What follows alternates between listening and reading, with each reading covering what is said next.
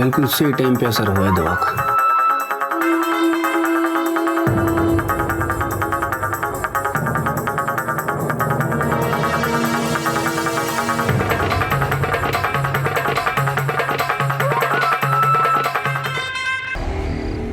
अरे बेटा जरा समझ, लड़की तुझे पसंद होने से क्या होता है? हमारी तो जॉइंट फैमिली है? देखना पड़ेगा कि सबके साथ एडजस्ट होती है कि नहीं। अरे पप्पा, आज के ज़माने में इतना कौन सोचता है? मेरी वाइफ बस मेरे साथ एडजस्ट कर ले, मैं उसमें खुश हूँ, बहुत है मेरी। पप्पा पप्पा ब्रेक, पप्पा ब्रेक।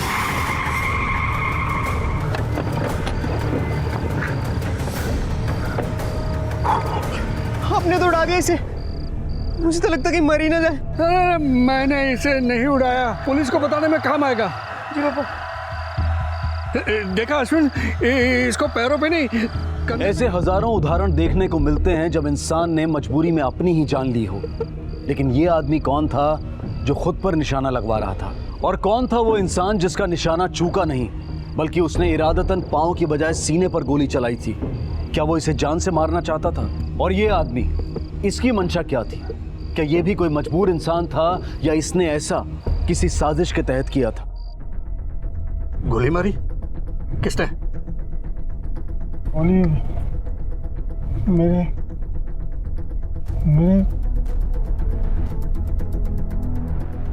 सर, मैं एक वकील हूँ, भावेश गड़ा।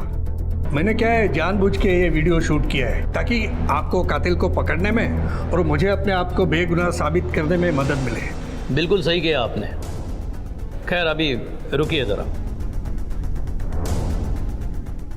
और क्या क्या इन्फॉर्मेशन मिली आप तक? सर, उसके छाती के थोड़ा ऊपर कंधे पर गोली लगी है और उसके पास ये मोबाइल मिला है।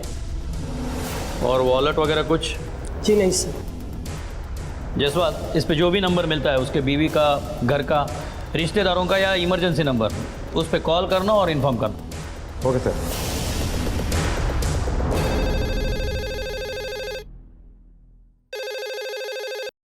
हेलो। हाँ, हरीश पटेल का घरનો नंबर है? हाँ, पण તમે कौन? मैं पीएसआई आनंद जायसवाल बात कर रहा हूँ। आप कौन बोल रहे हैं? जी मैं उनका बेटा रोहित पटेल बोल रहा हूँ। आप एक काम कीजिए, तुरंत हॉस्पिटल आ जाइए। आपके पिताजी यहाँ पर एडमिट है। पापा हॉस्पिटल में एडमिट है? क्या हो गया उन्हें? देखिए, वो सब कुछ आपको बाद में पता चलेगा। आप तुरंत हॉस्पिटल चले आइए। माँ! फिर क्या हुआ? सर, पप्पा गाड़ी चला रहे थे, हम कुछ बात कर रहे थे और अचानक से ये आदमी हमारी गाड़ी के आगे आ गया सर। सर, उसके बाद सर मैं गाड़ी से बाहर। मैं राधिका पटेल, हरीश पटेल की वाइफ। क्या हुआ है उन्हें? बैठो। आपके पति पे किसी ने गोली चलाई है। इलाज शुरू है, लेकिन वो बेहोश है। जिन लोगों ने आपके पति को हॉस्पिटल पहुंचाया, उन्होंने एक वीडियो बनाया है। जब उन्होंने पूछा कि आप पे गोली किसने चलाई, तो आपके पति ने बेहोश होने से पहले मेरे ऐसा कुछ कहा। शायद किसी मेरे अपने का जिक्र कर रहे हो। आप तो बता सकती है ना, वो मेरा अपना कौन हो सकता है? सर, तमने डॉक्टर साहबे बोला है। अब रुकिए।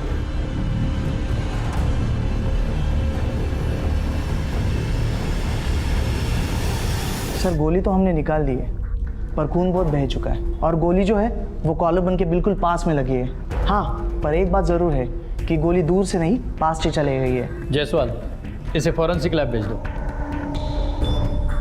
डॉक्टर, पेशेंट की कंडीशन कैसी है? आप पेशेंट की तबीयत तो बिल्कुल अभी ठीक है, पर उसे होश में आने के लिए थोड़ा समय लगेगा। सर, अब हम जा सकते हैं? Sir please. अभी नहीं, बैठिए। अजीब मुसीबत है, किसी की मदद करो और खुद फंसो। आपके पति बच गए हैं, लेकिन होश में आने के लिए थोड़ा टाइम लगेगा। एक बात बताइए, आज दिन भर वो किस किस को मिलने वाले थे? मैंने खबर न थी सर। अच्छा, 1 घंटा पहले वो किसी को मिलने के लिए घर से बाहर निकले थे? खबर न थी सर। खबर न थी मतलब? आप बीवी हो हरीश जी की, वो कहाँ जाते हैं, किससे मिलते हैं, क्या करते हैं, आपको पता नहीं? सर, पिछले 7 साल से पापा हमारे साथ नहीं रहते। वो अपने घर पे हमारी बा और काका के साथ रहते हैं। हमारा रिश्ता सिर्फ नाम का था सर। नाम का रिश्ता है, लेकिन हरीश जी ने आपका नंबर होम के नाम से सेव किया है। मुझे भी यही बात जान के हैरानी हुई कि उन्होंने मेरा नंबर सेव भी किया है। ठीक है, आप हरीश जी के बाकी फैमिली वालों को इन्फॉर्म कीजिए। सर, हम उन्हें इन्फॉर्म नहीं करेंगे, हम आपको नंबर दे देते हैं, आप खुद ही इन्फॉर्म करवा दीजिए। पता नहीं वहाँ से कोई आएगा भी या नहीं, भगवान न करे ऐसी फैमिली मेंबर्स किसी दुश्मन को भी दे। पर हम यहाँ तब तक रहेंगे जब तक उन्हें होश नहीं आ जाता। मैं अपना फर्ज निभाऊंगी, नाम की ही सही, फिर बीवी तो उनकी। अगर ज़रूरत पड़ी तो पूछताछ के लिए आप दोनों को पुलिस स्टेशन भी आना पड़ेगा। जसवंत, इनसे नाम और एड्रेस और नंबर ले लो और इन्फॉर्म करो घर वालों को। Okay sir. मिस्टर गाड़ा, आप हमें उस स्पॉट पे ले जाइए जहां हरीश आपके गाड़ी के सामने आया था।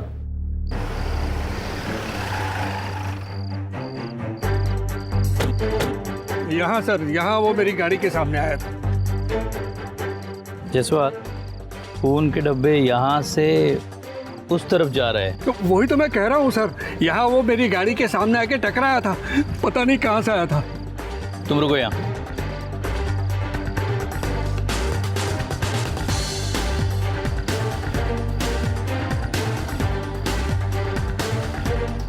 देखो तो वहाँ से खून के डब्बे इस तरफ आ रहे हैं और यहाँ बहुत ज़्यादा खून जमा है, मतलब इसी जगह पे हरीश पटेल को गोली मारी होगी। सर, हरीश पटेल के बीबी ने जो एड्रेस दिया है वो इसी एरिया का है, Adarsh society, moonlight area, bungalow number 56। Sir वो रहा।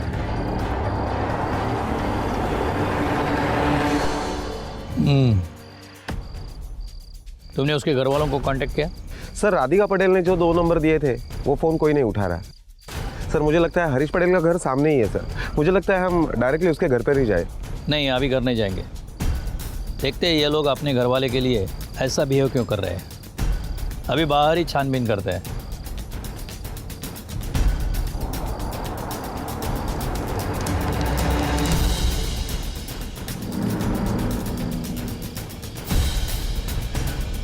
इस पान वाले ने सब कुछ देखा है, इसीलिए आधा बिस्तर छोड़कर भाग गया है। पान वाले को उठाओ। Okay sir.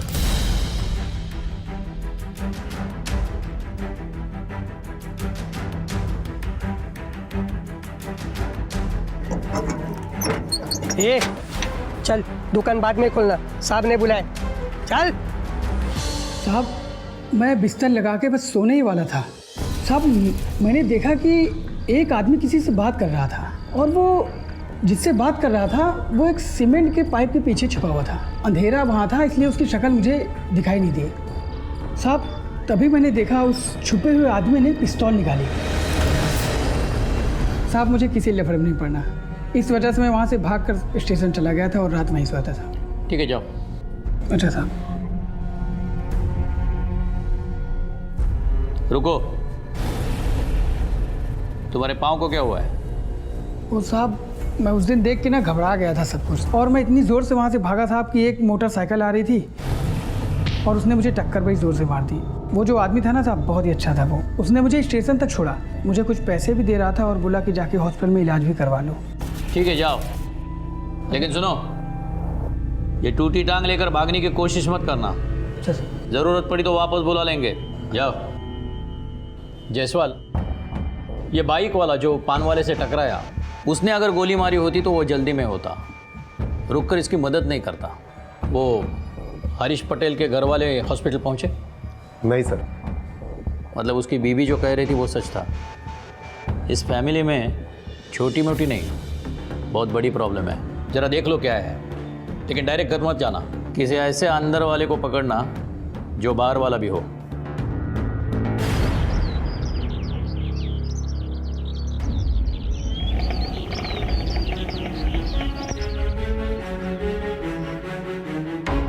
अरे सुनो, मेरी बात सांभळ। भैया,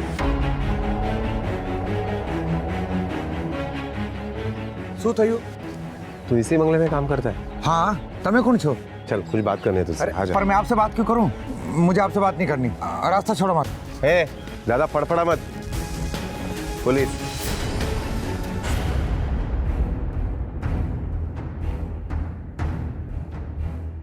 સાહેબ આ લોકોને ત્રણ ભાઈ છે, अनुज और यश, हरीश भाई के सौतेले भाई। यशोधरा बा उनकी सौतेली माँ है। यश और अनुज उन्हीं के बेटे हैं। तो ये राधिका हरीश भाई की पत्नी है। औरत के रूप में देवी छे साहब, देवी। पर बेचारी घर के माहौल में ढल नहीं पाई ना, तो बच्चों को लेके अलग हो गई। माहौल में मतलब इन भाइयों में जमता नहीं था क्या? कुछ प्रॉब्लम थी? कैसे जमेगी साहब? सौतेली माँ और सौतेले भाई मिलके बेचारे हरीश भाई को हमेशा दबाते रहते हैं। इनके रेस्टोरेंट का बहुत बड़ा काम है, उसी को लेके झगड़े होते हैं। कल रात भी खूब झगड़ा हुआ था। तुमने बता शू लागे छे? कुछ भी सुन लूंगा मैं। तुम लोग मुझे मेरे ही रेस्टोरेंट में घुसने से रोकोगे? अरे तुम लोगों की तरह पकी पकाई खाने नहीं आया हूं मैं। खून पसीना लगा के खड़ा किया। क्या भाई मनु बद्दू खबर छे? अरे जितनी मेहनत की ना उससे ज्यादा अयाशी कर चुके हो। कितना पैसा खर्च किया है मन्ने बद्दू खबर छे? हाँ खर्च किया है, तो पैसा मेरा है, मैं जो चाहे करूं। तुम कौन होते मुझे रोकने वाले? देखो मोटा भाई, पैसे आपने अपनी जेब से नहीं लगाए। अरे पापा के पैसे हैं, इसलिए हम सब इसमें बराबर के हिस्सेदार हैं। हाँ, जब तुम लोग पापा की चिता जलाने के लिए घर आए थे ना, तभी तुम लोगों को धक्के मारकर घर से निकाल देना चाहिए था। लेकिन उस वक्त मेरी बुद्धि भ्रष्ट हो गई थी ना, दया आ गई तुम लोगों पर और रख लिया तुम्हें घर पे। शू बात करो छू? सीता जलने के वक्त आया था मतलब? साहब हरीश भाई को पता था कि उनके पिताजी के किसी और औरत से संबंध थे। जब उनके पिताजी की अर्थी उठ रही थी ना, तो यशोधरा बा अपने बेटे अनुज और यश को लेकर आ गई थी और अपना हिस्सा मांगने लगी थी। तो हरीश भाई ने घर से निकालने की बजाय घर में आने दिया और उनके लिए बहुत कुछ किया भी। पर जैसे जैसे भाई बड़े होते गए, उल्टा हरीश भाई को दबाने लगे। अच्छा, कल रात को जो झगड़ा हुआ उसमें किसी को मारने की बात हुई थी? जब तीनों झगड़ रहे थे ना, तो एक दूसरे को देख लेने की धमकी दे रहे थे। खूब हाथापाई हुई थी, यहाँ तक कि आखिर में तो हरीश भाई झगड़ा करके घर से चले भी गए। इनका रेस्टोरेंट कहाँ पे? सर मैं हरीश भाई के साथ तब से हूँ जब उन्होंने अपना पहला रेस्टोरेंट खोला था। ये बात कहाँ तक सच है कि ये बिजनेस हरीश ने खड़ा किया है? 100% सच्ची बात है सर। मैंने हरीश भाई को दिन रात एक करते देखा है और ये दोनों भाई आ गए हक जमाने के लिए। इन दोनों भाइयों ने तो कब्जा ही नहीं, हरीश भाई को यहाँ से धक्के मारकर बाहर निकाल दिया। क्यों मत चलो जाओ यहाँ थी और दोबारा इधर दिखाई मत देना। क्यों नहीं दिखा दूंगा? सर ये सब यशोदा बेन की करतूत है। उन्होंने हरीश भाई को बेवकूफ बनाकर इन दोनों भाइयों को इस बिजनेस में घुसाया। हिमेश, हम लोग एक काम करते हैं, ये अकाउंट्स का काम ना हम कल कर लेते हैं। ठीक है? आज बहुत थक गया हूँ यार मैं, और बहुत सर भी दुख रहा है। शिवानी बेटा, हरीश माटे एक कप कॉफी ले आओ। बेटा, इतना बड़ा कारोबार है, अकेले संभालोगे थकान तो होगी ना। 5 रेस्टोरेंट है, कैसे संभालोगे अकेले? हाँ बिल्कुल ठीक बोल रहे हो।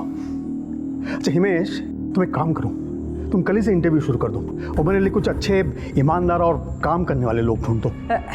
बेटा, बाहर वालों पे कैसे भरोसा किया जा सकता है? अपने भाइयों को जिम्मेदारी दो ना, काम संभालेंगे, जिम्मेदारी आएगी और घर का पैसा घर में रहेगा। सर मने लगे छे ये जो कुछ भी हुआ है उसकी जड़ यही फैमिली के अंदर है। अब देखना यह है कि इन भाइयों के महाभारत में पांडव कौन है और कौरव कौन है।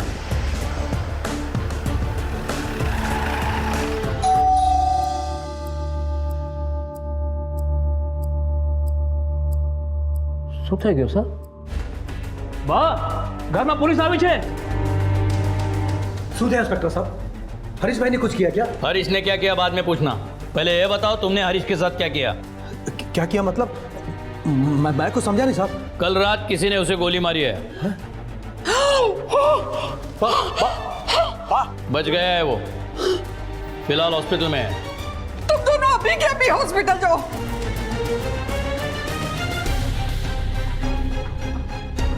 ठीक है, मत जाओ, हम और बहू दोनों अभी के अभी हॉस्पिटल जाएंगे। शिवानी, वाह शुद्धियो।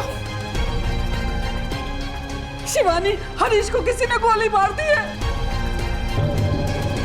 शिवानी, वो बेचारा अकेला हॉस्पिटल में, हम दोनों अभी के अभी हॉस्पिटल चलेंगे, तुम चलो मेरे साथ। वाह लेकिन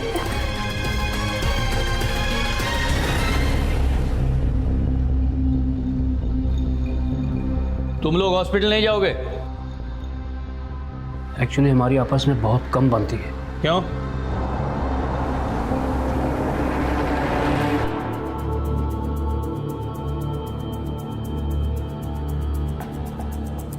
बहुत बुरे हैं आप, बहुत बुरे। जरूर आप लोगों को हमारे खिलाफ किसी ने भड़काया है।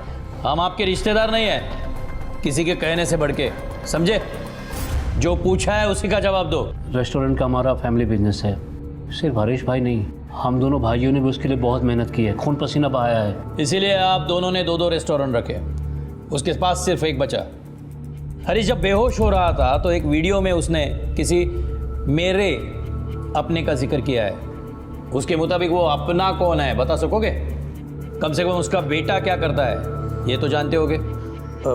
છોકરો ભણે છે અને છોકરી નોકરી કરે છે।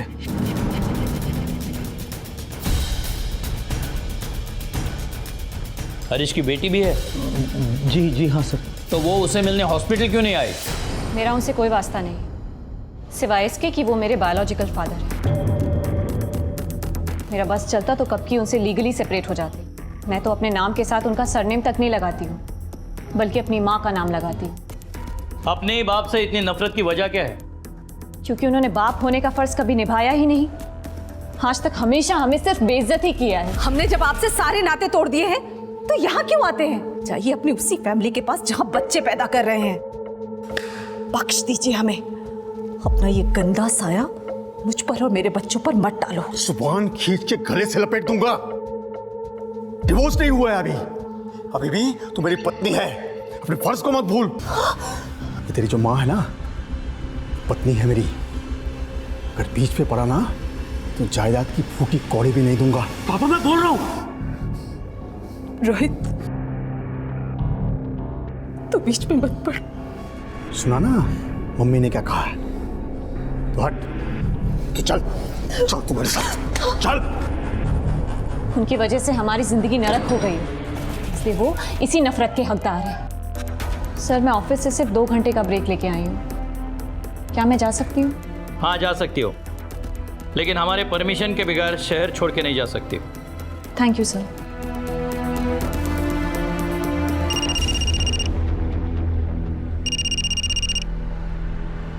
हेलो। हाँ ओके सर, हॉस्पिटल से फ़ोन था।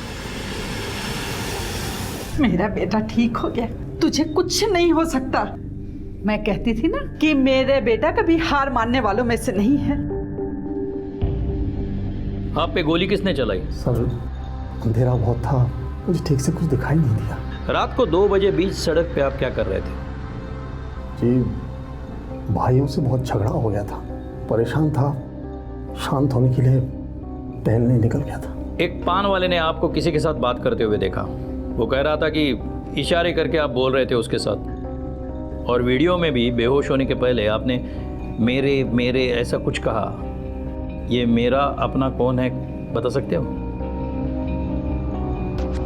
जी उस मेरे का मतलब था मेरे घर वालों को इन्फॉर्म कर दीजिए। मिस्टर हरीश, आपके सामने आके नज़दीकी से गोली मारी है उसने। आपको उसकी शक्ल याद नहीं? जी नहीं, मुझे नहीं दिखाई दिया। जयसवाल या हरीश झूठ बोल रहा है, किसी को बचा रहा है। इसकी किसी से बनती नहीं, किसी की राय इसके बारे में अच्छी नहीं, फिर वो किसे बचा रहा है? इसका जवाब इसके फैमिली के जड़ों में हमें ढूंढना पड़ेगा, जो काफ़ी नीचे दबी है।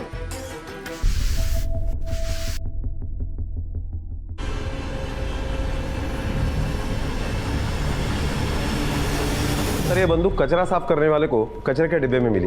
ये कचरे का डिब्बा क्राइम सीन से बहुत करीब है। सर हो सकता है कि इसी बंदूक से हरीश पटेल के ऊपर गोली चलाई हो, क्योंकि इस बंदूक में यूज होने वाली गोली और हरीश पटेल के बॉडी में जो गोली मिली है वो गोली दोनों 9 mm की है। पिस्तौल को बैलिस्टिक के लिए भेजो, देख लो लाइसेंस है या नहीं, और अगर इलीगल है तो आपने खबरी को काम पे लगाओ, देख लेना सूरत में ऐसी पिस्तौल कौन बेच रहा है। Okay sir. पुलिस की लाख कोशिशों और घुमा फिराकर पूछने के बावजूद भी हरीश ने गोली चलाने वाले का नाम नहीं बताया। लेकिन वो हथियार पुलिस के हाथ लग चुका था जिससे गोली चली थी। यह हथियार कचरे में मिलने वाली वही पिस्तौल थी। लेकिन ये पिस्तौल किसकी थी, गोली किसने चलाई थी, यह अब भी एक राज था। इन सब गतिविधियों के बीच 3 दिन बाद हरीश को हॉस्पिटल से डिस्चार्ज मिल गया।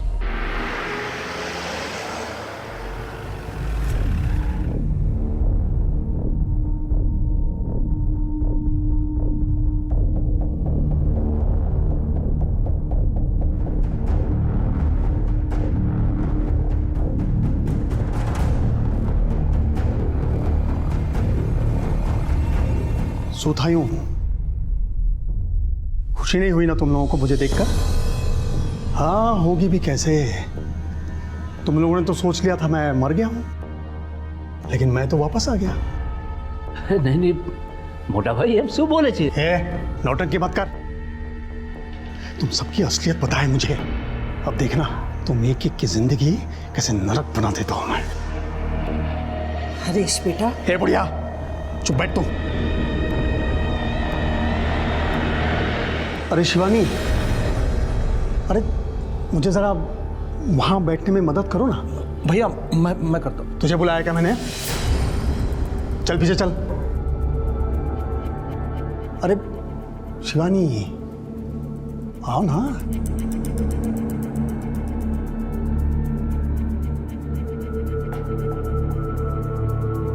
आओ ना।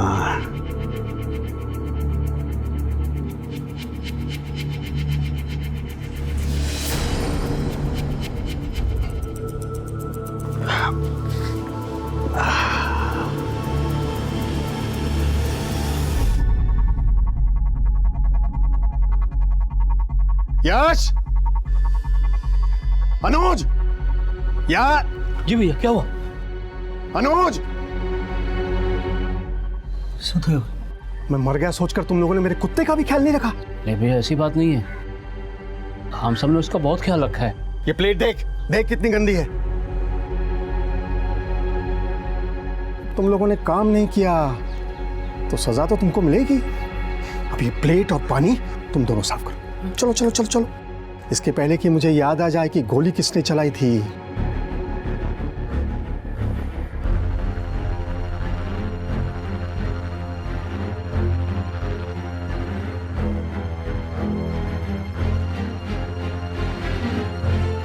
अरे तुम लोगों की बुढ़िया कहाँ है? साहब, मैं हरीश का केस वापस लेना चाहती हूँ। ये केस आपने नहीं किया कि आप इसे वापस ले, बल्कि हरीश के कहने से भी इस केस की फाइल बंद नहीं होगी। अटेम्प्ट टू मर्डर का केस है, कोई घरेलू झगड़ा नहीं कि समझौता हो गया और फाइल बंद हो जाए।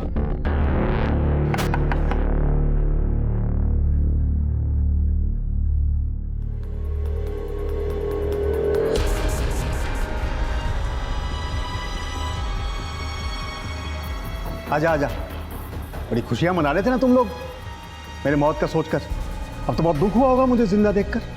चेहरे तो देखो एक एक के कैसे उतरे हुए हैं। बोलो, मनाई थी ना खुशियां? हाँ हुई थी खुशी, लेकिन अब दुख हो रहा है तुम्हें सामने बैठे देखकर। ये संस्कार दी है तूने इन्हें, वो आपके साथ बदतमीजी करे। तूने गलती की है तो सजा तो तुझे मिलेगी। नेहा, चल अपनी माँ के कान के नीचे बजा एक। क्या हुआ, सुनाई नहीं दिया? मार, वरना तुम तीनों में से किसी एक का नाम पुलिस को बता दूंगा। ये सब झूठ है, हम में से किसी ने भी तुम पर गोली नहीं चलाई। लेकिन पुलिस तो इस बात पर यकीन नहीं करेगी। पुलिस तो मेरे बात पर यकीन करेगी। अगर मैंने उनसे कह दिया कि रोहित ने मुझ पर गोली चलाई तो क्या हाल होगा इसका? या फिर तूने चलाई गोली? इसलिए जैसे कह रहा हूं वैसे ही कर, वरना तुम तीनों को अंदर करवा दूंगा। चल मार। अरे खड़ी तो हो जा, ना वो मानेगी कैसे? खड़े हो जा, मार मार।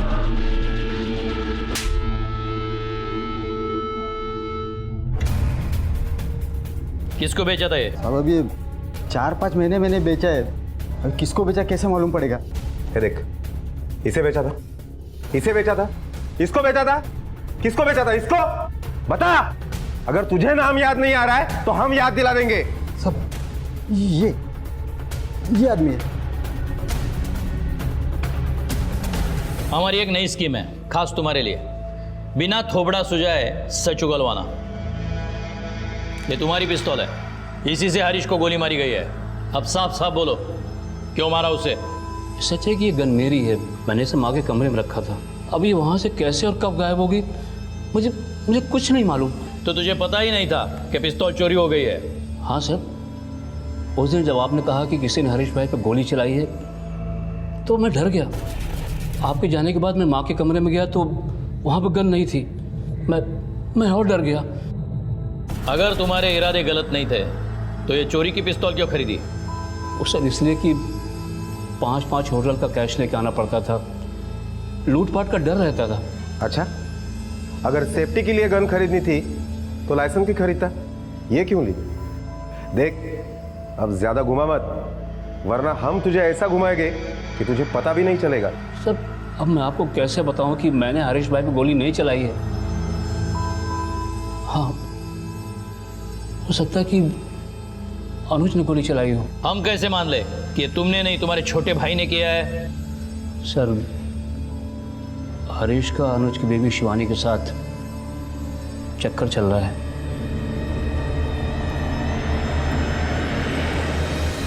हाँ, उन दोनों का चक्कर है। पहले हरीश ने जब मेरी शादी करवाई तो मुझे लगा वो भगवान है, फिर समझ में आया कि मेरे लिए नहीं बल्कि वो शिवानी को घर में मेरी दुल्हन बनाकर अपने लिए लाया था। मैं शिवानी से प्यार का रिश्ता भी बनाऊं तो भी उसे हजम नहीं होता है। सर वो हरीश एक नंबर का कमीना और बिल्कुल घटिया आदमी है। जो बेटा जो देखो कितने गेम डाउनलोड किए मैंने तुम्हारे लिए। अरे गौरंग बेटा, कैसे हो बेटा? तुम एक काम करो, तुम अपने पापा के साथ जरा बाहर जाओ, मुझे तुम्हारी मम्मी से कुछ जरूरी बात करनी है। बेटा मैं तुम्हारा मोटा काका हूं ना, तुम मेरी बात नहीं सुनोगे? चलो बाहर जाओ। શું बदतमीजी છે मोटा भाई? आप मुझे मेरे कमरे से नहीं। ज्यादा डायलॉग मत मार, और अगर मैं बोलने पे आ गया ना तो जिंदगी भर जेल में सड़ेगा तू। चल आओ।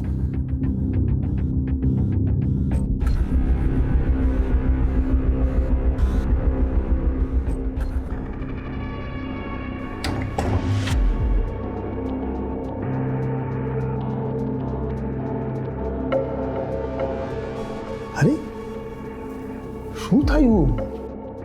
अरे रोती क्यों है? ये देख मैंने तेरे लिए गिफ्ट लाया है, पहन ना, ले पहन के दिखा। पहनती है या भेजू तेरे पति को जेल में? जब हरीश पटेल पे गोली चलाई गई तब तुम कहाँ थे? सर मैं वही था, लिविंग रूम में सो रहा था।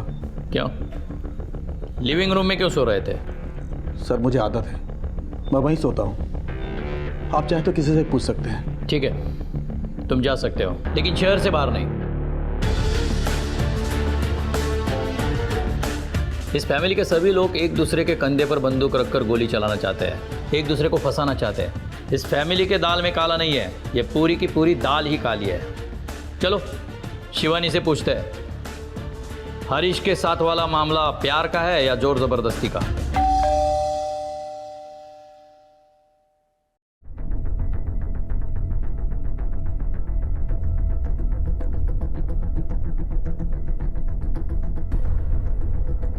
इंस्पेक्टर साहब आप शिवानी जी को पूछताछ के लिए अलग कमरे में ले जाओ। इंस्पेक्टर साहब, मारे पासे जो बंदूक होत ने तो मैं उसके सीने में नहीं उसके खोपड़ी पे गोली मारती। अरे एक नंबर का घटिया और गिरा हुआ इंसान है वो। मतलब वो आपको अपने नीच और घटियापन का प्रूफ दे चुका है। एक बार न थी, 1000 बार। मैं पहले उसकी सेक्रेटरी थी और मेरा उससे अफेयर था। फिर उसने अपने फ़ायदे के लिए अपने छोटे भाई अनुज से मेरी शादी करा दी। फिर गौरांग पैदा हुआ। गौरांग के पैदा होने के बाद मैं बोली उसको कि मुझे थारे साथ कोई रिलेशन नहीं रखना है, लेकिन उसने मेरी एक नहीं सुनी, उल्टा मेरे साथ जोर जबरदस्ती करने लगा। मतलब गौरांग हरीश का बेटा है। ये बात अनुज को पता है। अच्छा, अनुज हॉल में क्यों सोता है? वो उसको औरतों में कोई इंटरेस्ट नहीं है। साथ रहते रहते दोस्त हो गए थे हम दोनों, लेकिन ये हरीश, इसने मेरा पीछा नहीं छोड़ा। जब भी मैंने मुंह खोलने की कोशिश की, उसने मुझे डरा धमका के चुप करा दिया। नीचे उतर। सोते हो? जितना कह रहा हूं बस उतना कर। हाँ।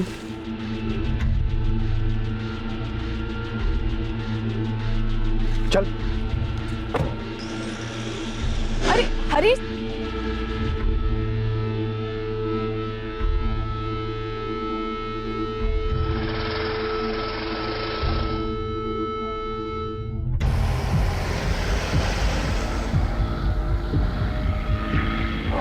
हरीश, हरीश, गाड़ी क्या कर रहे हो? गाड़ी धीरे करो।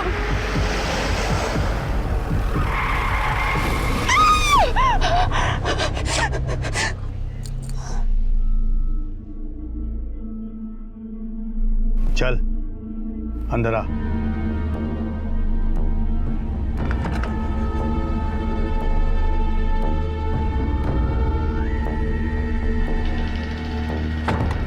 आज के बाद कभी भी अपने शरीर को हाथ लगाने से मना करने से पहले जरा सोच लेना।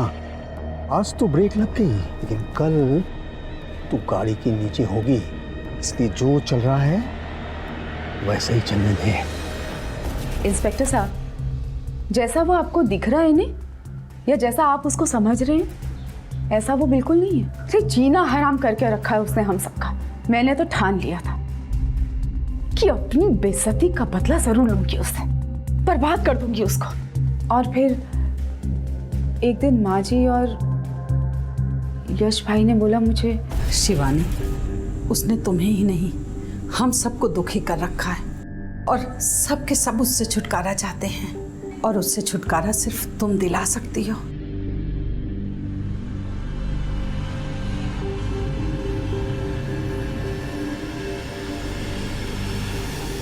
और फिर एक रात मैंने हरीश को बहुत शराब पिलाई।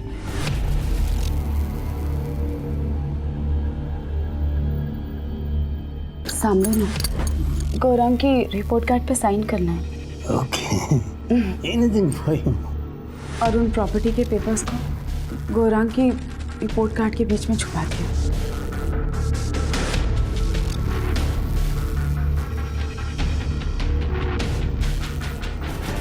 इस फैमिली के सभी मेंबर पहुंचे हुए हैं।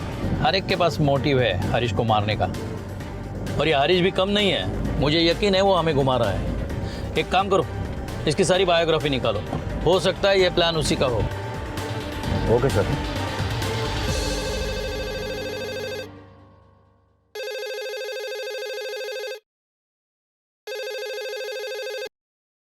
हेलो,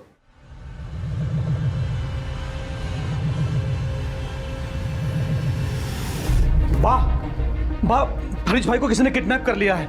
फिरौती के पैसे के लिए किडनैपर का फोन आया था। किस नंबर से फोन आया था? सर फोन तो लैंडलाइन पर आया था, इसलिए नंबर तो नहीं पता। लेकिन हाँ सर, जब मैंने बाहर जाकर देखा कि हरीश भाई की गाड़ी नहीं है, तो मैंने हरीश भाई को कॉल किया उनके मोबाइल पर। सर फोन बज रहा था, लेकिन उन्होंने फोन उठाया नहीं सर। जायसवाल, हरीश के मोबाइल का टावर लोकेशन चेक करो। ये कोई नई चाल शुरू हुई है। Yes sir.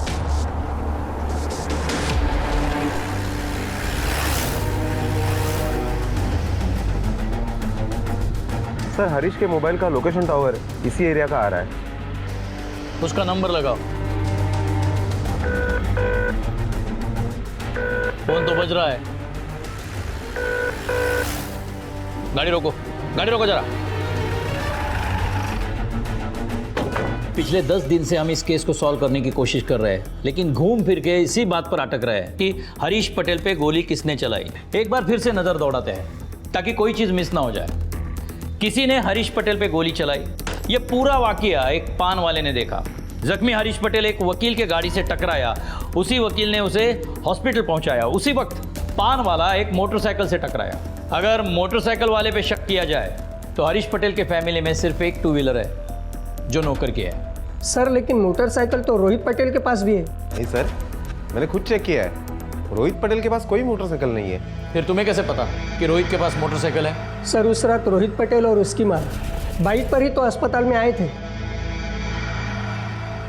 मैं राधिका पटेल, हरीश पटेल की वाइफ। कहाँ है वो? चलिए मेरे साथ। एक मिनट यहाँ पे रुका ना। इस नंबर पर जरा जूम करना। हाँ सर, ये मेरी बाइक का नंबर है। सर रोहित मेरा बेस्ट फ्रेंड है, उसे जब भी ज़रूरत पड़ती है वो मेरी बाइक ले जाता है। तुमने 20 तारीख को भी रोहित को गाड़ी दी थी? हाँ सर, मुझे डेट इसलिए याद है क्योंकि उस दिन मेरी बेटी का बर्थडे था।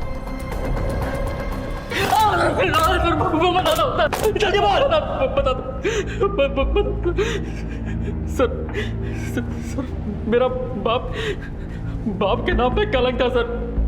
बहुत सेल्फिश था वो। उसने कभी मेरी माँ की परवाह नहीं की। हम लोग जब भी खुश रहने की कोशिश करते वो हमें आके मायूस कर देता था। बहुत बेइज्जती करता था सर वो हमारी।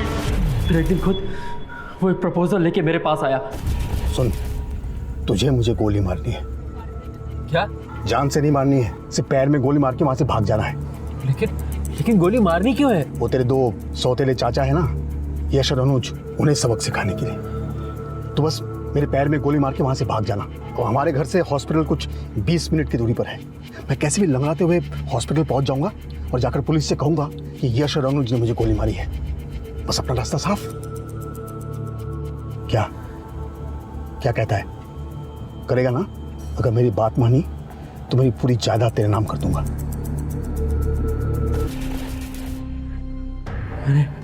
मैंने गोली उसके पैर पे नहीं, उनके सीने पे मारी, लेकिन वो बच गया। और उसके बाद वो हमें ब्लैकमेल करने लगा कि वो पुलिस को जाके सब कुछ बता देगा और मुझसे अपनी उल्टी सीधी वाहियात बातें मनवाने लगा। फिर एक दिन मुझे बा ने बुलाया। बेटा, मैं जानती हूँ कि वो तुम दोनों भाई बहनों को और तुम्हारी माँ को बहुत सताता है। बेटा, उससे छुटकारा पाना होगा, नहीं तो वो हम सबकी जिंदगी नरक से भी बदतर बना देगा। और ये छुटकारा बेटा सिर्फ तुम ही दिला सकते हो।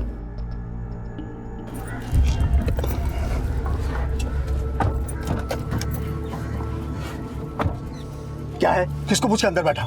चलो तक। तुमने एक घटिया और आपराधिक मानसिकता वाले आदमी को बदले के लिए मारकर और खुद का भविष्य खराब कर दिया। काश तूने पुलिस की मदद ली होती तो उस आदमी को उसके किए की सजा मिलती और तुम अपराधी होने से बच जाते। परिवार, जायदाद, अपने पराये के इस चक्रव्यूह ने नौजवान रोहित को निगल लिया था। किसी के प्रति नफरत या गुस्सा इस बात का समर्थन कभी नहीं पा सकता कि कानून को अपने हाथ में ले लिया जाए। अगर समझ जरा भी चूकी तो कोई मासूम रोहित खूनी बनते देर नहीं लगाएगा। अगर रोहित, राधिका या शिवानी पुलिस के पास जाते तो हरीश को उसके किए की सजा मिलती और शायद वक्त भी ये महसूस करने का कि वो इंसान नहीं बल्कि जानवर से भी बदतर है। हरीश जैसे किसी भी व्यक्ति की सही जगह सलाखों के पीछे है और ये हमारा कर्तव्य है कि उन्हें पहचान कर उन्हें उनके सही पते पर भेजा जाए।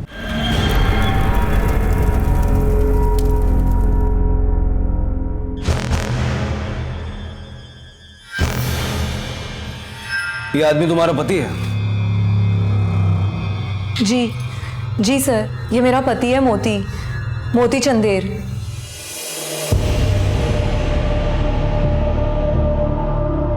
अरे क्या हो गया? पहले जैसी नहीं दिखती है, पहले से ज्यादा ब्यूटीफुल हो गई है तू। चल छूटे, मोटी और बदसूरत। फिर मेरे बच्चे की माँ, कितना प्यारा बच्चा है हमारा। देखो, माता रानी ने सब कुछ दिया है, मैं अब और कुछ नहीं चाहिए। और ये आदमी तुम्हारा भी पति है? जी सर, ये मेरे भी पति हैं। अरे क्या कर रही हो? काटोगे तो निशान पड़ जाएगा। तेरी दीदी को पता चलेगा तो उसको बुरा लगेगा। ये ले, निकल ले फटाफट से। क्या मुझे भी दीदी की तरह एक प्यारा सा बच्चा नहीं हो सकता? ले ले ले ले, दीदी की तरह प्यारा सा बच्चा चाहिए। अपनी दीदी की तरह मोटा होना तुझे भी नहीं होना ना? तो जैसी है ना वैसी मेरे को पसंद है। अम्मा की वाला शरीर नहीं चाहिए मेरे को। अरे चला, ये खा लेना याद से।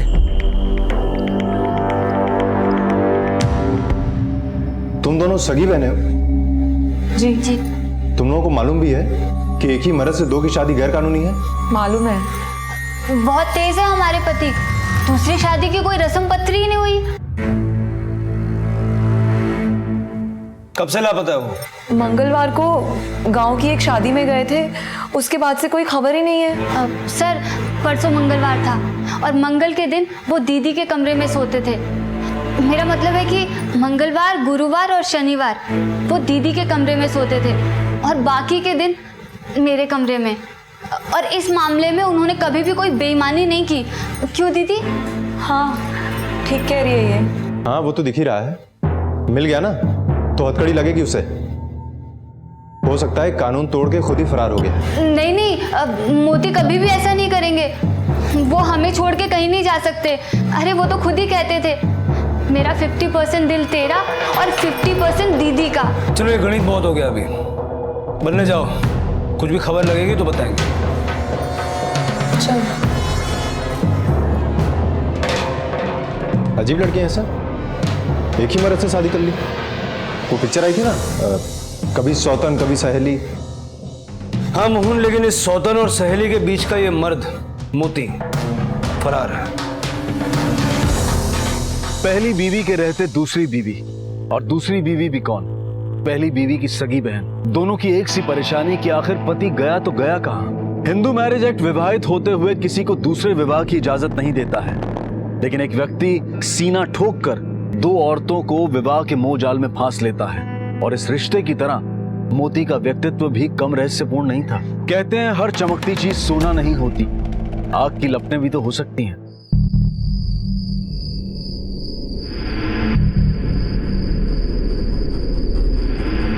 बस बस बस, रुको रुको। सोच ले, गांव के अंदर करना है या गांव के बाहर? जब सारा तमाशा यही हुआ है तो एक तमाशा और सही। चल।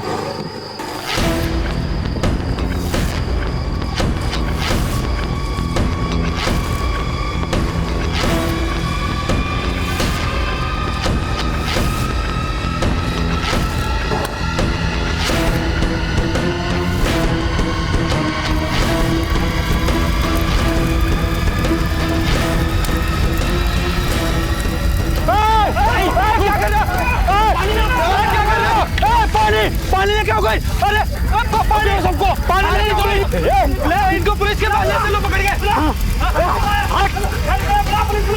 चलो। यहाँ का है बाहर का है? इसी गांव का हूँ सर। है कौन तू?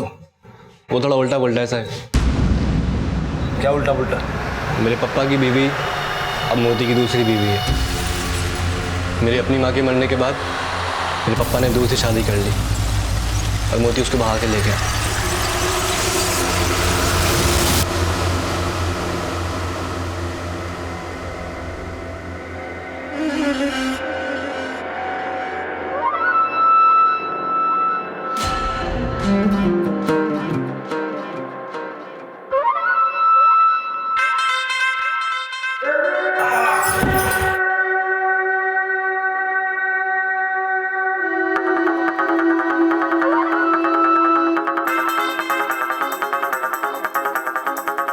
बिल्कुल उसी टाइम पे असर हुआ है दवा का।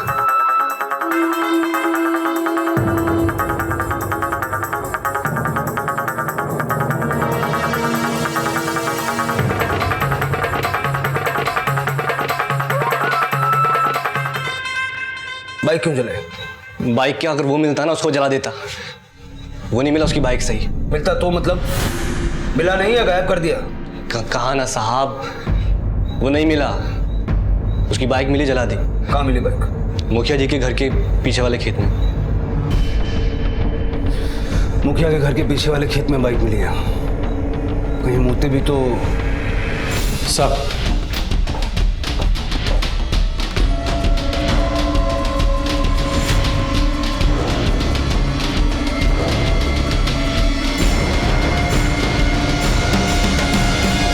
मोती भाई। हाँ? साहब वो तो किशन कन्हैया है, जो कहो वो कर दिखाएंगे। अच्छा हुआ गायब हो गया, आदमी सही नहीं था वो। हीरो मानस जैसा है, स्टाइल में रहता है, बुलेट पे चलता है, काम कुछ भी करवा लो।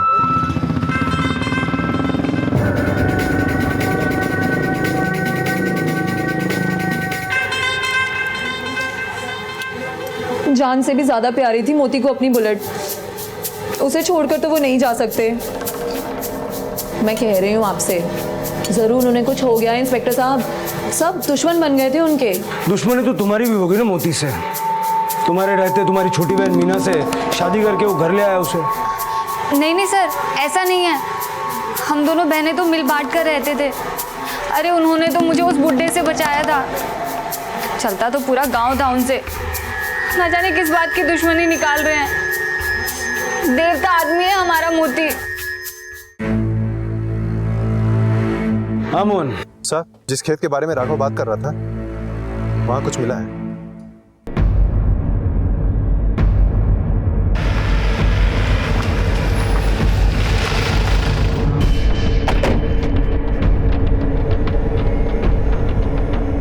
सर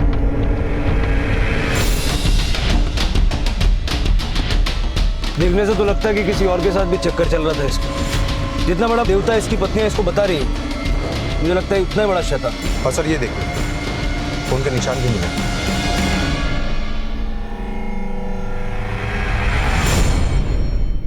मोहन ये फॉरेंसिक को भेजो, लगता है यहाँ कुछ और ही चल रहा था।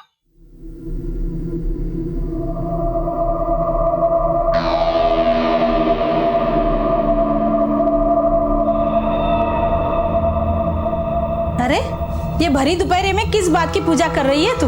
माँ, मैं वो जीजू के लिए पूजा कर रही थी, वो अब तक नहीं लौटे ना।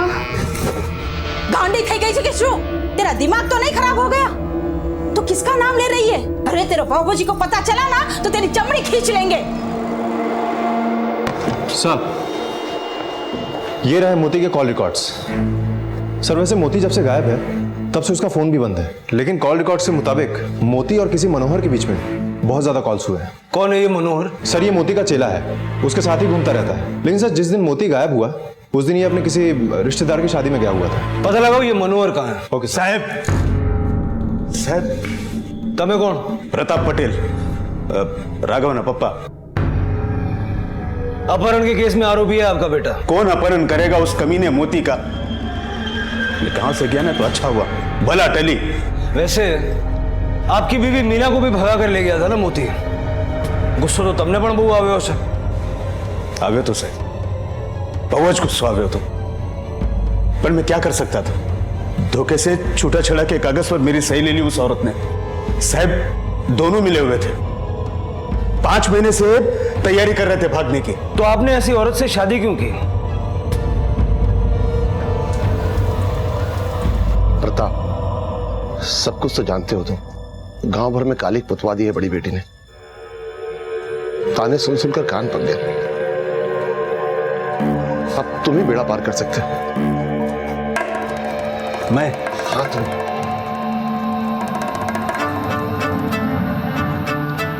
हमारी मीना से शादी कर लो, ताले पड़ जाएंगे गांव वालों के मुंह पे।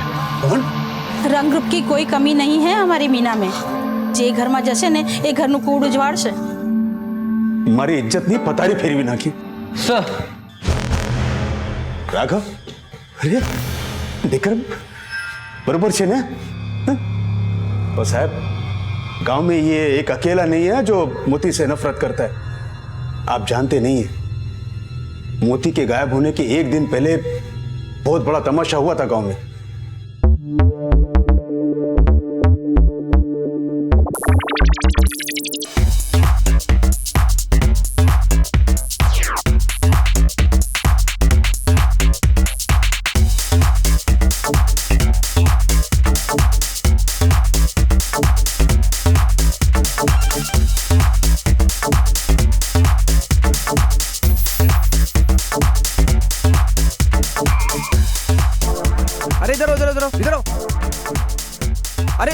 प्रणाम। आशीर्वाद दीजिए। अच्छा मुझे ना सही अपने पोते को दे दो। नाना बन गए आप। देखिए कितना प्यारा पोता आपका। अरे देखिए, कमाल है यार।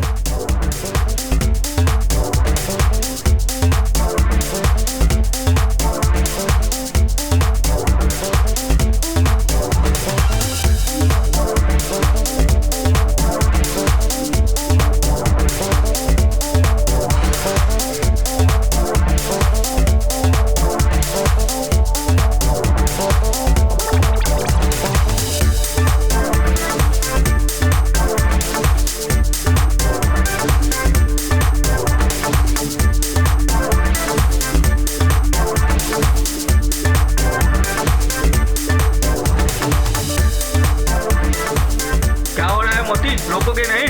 अबे अपनी मर्जी के मालिक हैं, जो मर्जी करेंगे। अबे तो शादी हुई है, जेल थोड़ी हुई है। जेल तो उनके बाप का घर था, जहाँ से मोहसिन को आजाद करा के लाए। चुप! चुप, नहीं तो अभी मारूंगा यहीं पर। अरे ससुर जी, इतना गुस्सा सेहत के लिए हानिकारक होता है। हार्ट में अटैक आएगा, मर जाओगे। तेरे से पहले नहीं मरूंगा मैं। और अपने जीते जी तेरी लाश नहीं देखी ना, तो समझूंगा मेरी मौत ने मुझे धोखा दिया है। ठीक है, ले जाओ, पर मेरी परमिशन के बगैर गांव से बाहर नहीं जाएगा। भले सर। चल चल चल चल चल चल। मोती सुनीता और मीना दोनों को ही भगा कर लाया था, लेकिन अचरज की बात यह है कि उनके बाप धनिया को इसकी भनक तक नहीं पड़ी।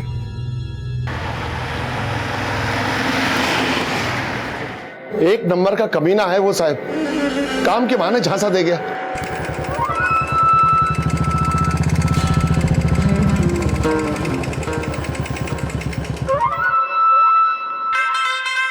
अरे भाई यही बात कर लेते हैं। गांव का मामला है, जात बिरादरी भी देखनी पड़ती है, समझते हो ना? समझता तो हूं, पर मानता नहीं हूं। क्यों? बहुत सारी किताबें पढ़ी मैंने जात पात पे। कमाल, ठेकेदारी और किताब। Knowledge is power. नॉलेज मतलब ज्ञान शक्ति होती है। किताबों में मैंने पढ़ा है, बड़े लोग कह गए। ठीक है, लेकिन ये ट्यूबवेल लगाने का ज्ञान है ना? अरे ज्ञान नहीं होता तो आपके पास आता क्यों?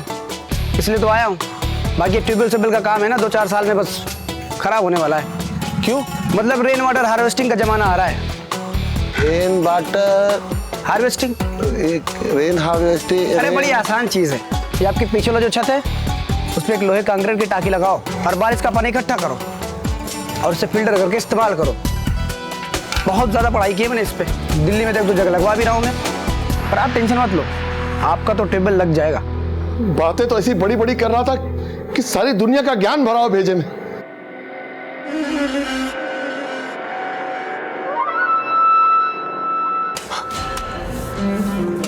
अरे ये गधेड़ा, संभाल के। 3 फीट से ज्यादा चौड़ा नहीं होना चाहिए। धन्यवाद। यहाँ लोग जात पात में फंसे हुए हैं। वहाँ हिंदुस्तान का रॉकेट मंगल ग्रह तक हो गया आ गया। और हिंदुस्तान की छोड़ो, अमेरिका के रोबोट तो दौड़ लगा रहा है मंगल ग्रह की बर्फीली पर्वतों पे। मंगल ग्रह पर बर्फ नहीं होती, बहुत ठंड होती है, -195 डिग्रीज, और गर्मी 70 डिग्री, लेकिन बर्फ नहीं होती।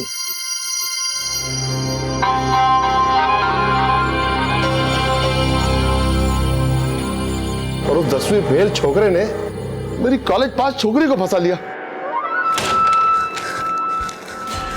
अरे सब रख लिया ना एग्जाम के लिए?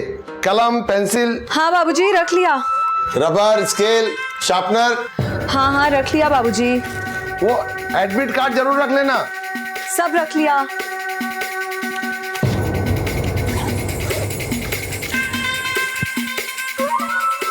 अच्छा बाबूजी, मैं चलती हूँ। सामर सामर सामर, आ ले दही शाकर, शगुन बन जाता है, पेपर अच्छा होगा। बाबूजी मुझे बहुत देर हो रही है, मैं चलती हूँ।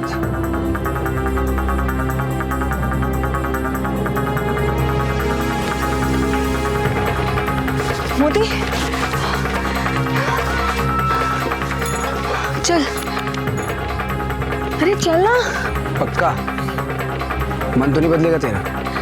मन बदलने के लिए थोड़ी घर छोड़ के आई हूँ, एक अच्छी जिंदगी के लिए आई हूँ। चल चल चल।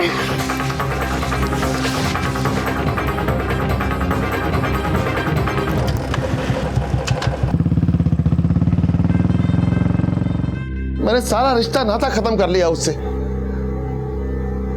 वो बीजी, वो तो उससे भी बड़ी गधेड़ी। गांव में रहना मुश्किल हो गया था। गांव छोड़ के जाते कहां साहब? बाप दादा की जमीन। पर एक बात सुन लो साहब, मैंने ना कभी उसको अपना दामाद माना है और ना ही कभी उसको माफ करूंगा। तुम्हारी बातों से तो लगता है कि तुमने ही मोती को गायब करवाया।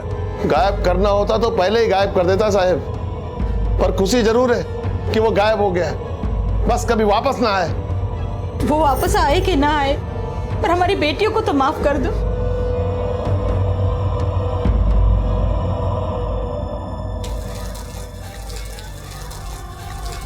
राघव, सांभर, कल के जैसा तमाशा नहीं करना। घर से सीधा स्कूल, स्कूल से सीधा घर। क्यों? क्या कर लेगा वो मोती? डरपोक साला। राघव, राघव, सांभर।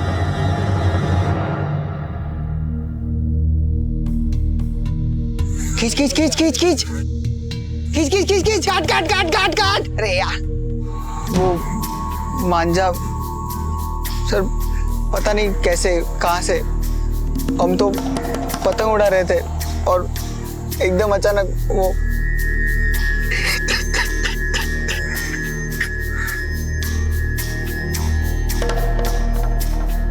सर ऐसा मांझा हमारे गांव में नहीं मिलता, जरूर बाहर से ही हुआ है। साहब ये चाइनीज मांझा है, रतनपुर गांव का है। रतन बाजू का ही गांव है। मोहन पता करो रतनपुर से मांझा कौन लाया। Okay sir.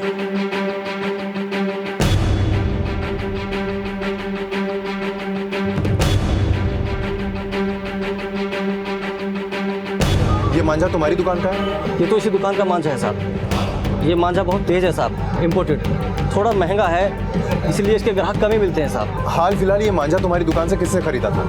इस हफ्ते तो नहीं साहब, पिछले हफ्ते एक आदमी आया था साहब इसी तरह का मांझा खरीदने के लिए। जिसने ये मांझा खरीदा उसका चेहरा तुम्हें याद है? थोड़ा थोड़ा याद है साहब, बीच का छुट्टा नहीं था मेरे पास, बोला आप ही रख लो।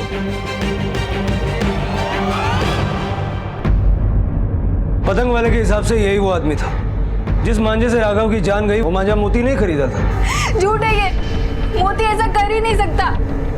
अरे वो देवता है, देवता। मोती राक्षस है या देवता ये तो आप दोनों जानती हैं। हमारे लिए तो वो आरोपी है। उसके बारे में कुछ भी खबर लगे तो बताना, और कुछ भी छुपाना मत, वरना वो भी फंसेगा और तुम दोनों भी।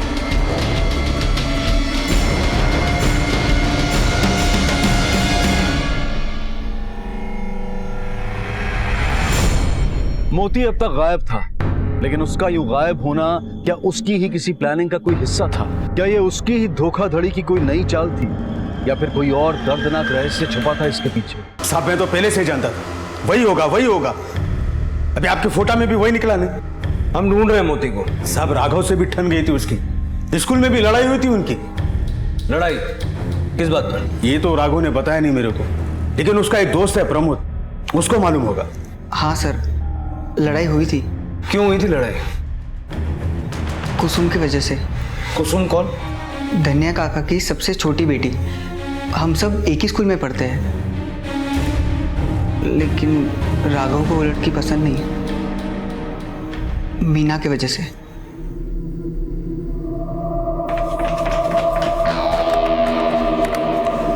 चलो अभी हम लोग ग्राउंड में चलते हैं, चलो। तेरे मुझे लाल क्या लग रहा है ये? अरे देख इसके पीछे लाल लगे। देख देख लाल इसके पीछे, देख देख देख इसके पीछे लाल है। लाल इसके पीछे, देख लाल लगे। अरे कुसुम,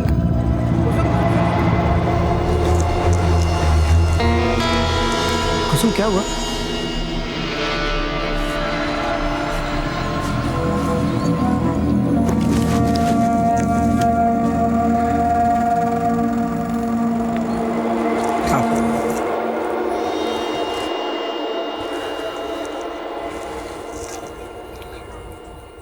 कुसुम, इसमें रोने वाली कौन सी बात है?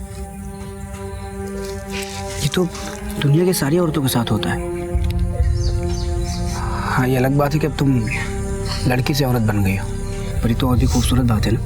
पर वो राघव, वो तो मुझे हमेशा तंग करेगा ना। तो उसकी चिंता मत करो, उसको मैं देख लूंगा, ठीक है? क्या बोल रहे थे? ठीक है, जाओ। Okay sir. मतलब मोती कुसुम से भी संपर्क में था। धनिया तो ये जान के पागल हो गया होगा। सर, इसका कहना है कि मोती और धनिया के बीच गांव में तमाशा हुआ था एक दिन। कैसा तमाशा? सर, वो धनिया की बेटी है ना, कुसुम,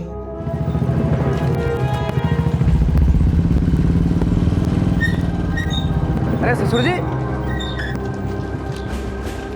अरे सुनो तो सही। नमस्ते। क्या वो बहुत परेशान दिख रहे? सब ठीक तो है? अच्छा, कुसुम की चिंता हो रही है आपको? कुसुम की चिंता हो रही है? कुसुम की शादी की चिंता हो रही है आपको? हाँ, अरे उसकी चिंता मत करो, मैं हूं ना, सब संभाल लूंगा। बताओगे उसने स्कूल में क्या हुआ था? अरे ससुर जी सुनो तो सही। ओ ससुर जी, मेरी समझ में नहीं आ रहा है साहब, उस कमीने को पकड़ने की बजाय आप यहाँ क्या कर रहे हैं? मेरी छोरी को बहकाने की कोशिश कर रहा था वो। जीजा जी से बात होती थी तेरी? कहाँ है वो? साहब, आप इसे क्यों परेशान कर रहे हो? ये तो पहले से ही डरी हुई है।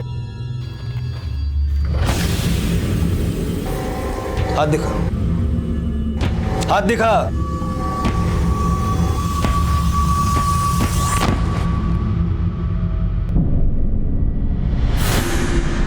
कैसे हुआ ये? सब्जी काट रही थी तो वो हाथ कट गया था। जब राघव मरा तब तुम कहां थे?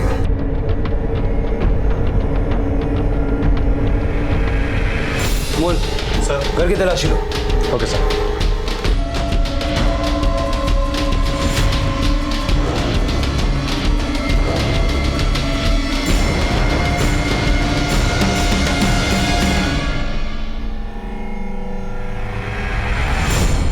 सर, ये देखिए सर, क्या मिला है? क्या ये? क्या है ये? मारना नहीं था उसको, चोट लगानी थी, वो गलती से मर गया था मुझसे। क्यों किया इसे? मैं प्यार करती थी जीजू से, हम लोग चुप चुप के मिलते थे, वो मुझसे शादी भी करने वाले थे। खेत में ले जाया करता था वो तुम्हें? मुझे तो बस खुशी चाहिए थी, अच्छी जिंदगी चाहिए थी, अपनी दीदियों की तरह। जीजू उन्हें खुश रखते थे तो वो मुझे भी खुश रखेंगे, इसलिए मैं। राघव को क्यों मारा तुमने? मुझे लगा कि राघव ने जीजू को मार दिया होगा, मुझे बस चोट लगानी थी, मारना नहीं था उसे।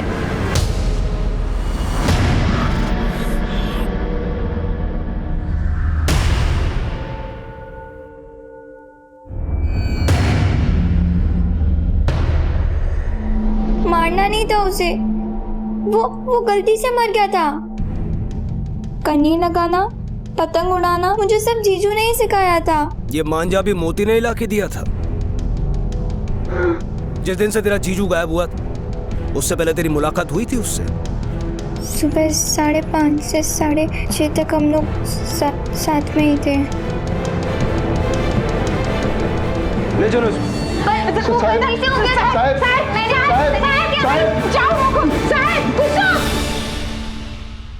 कहते हैं धोखे और फरेब की एक मियाद होती है और एक वक्त के बाद धोखा खुद ब खुद सामने आ जाता है। लेकिन चौंकाने वाली बात यह थी कि मोती नाम का यह शख्स एक नहीं बल्कि दो लड़कियों को अपने प्यार और हवस के जाल में फंसाकर अब तीसरी को भी अपना शिकार बना चुका था और तीनों एक ही परिवार से थी। मीना और सुनीता की बहन कुसुम ने तो उस आदमी की मोहब्बत में एक हत्या तक कर दी। कैसा मोहपाश था ये।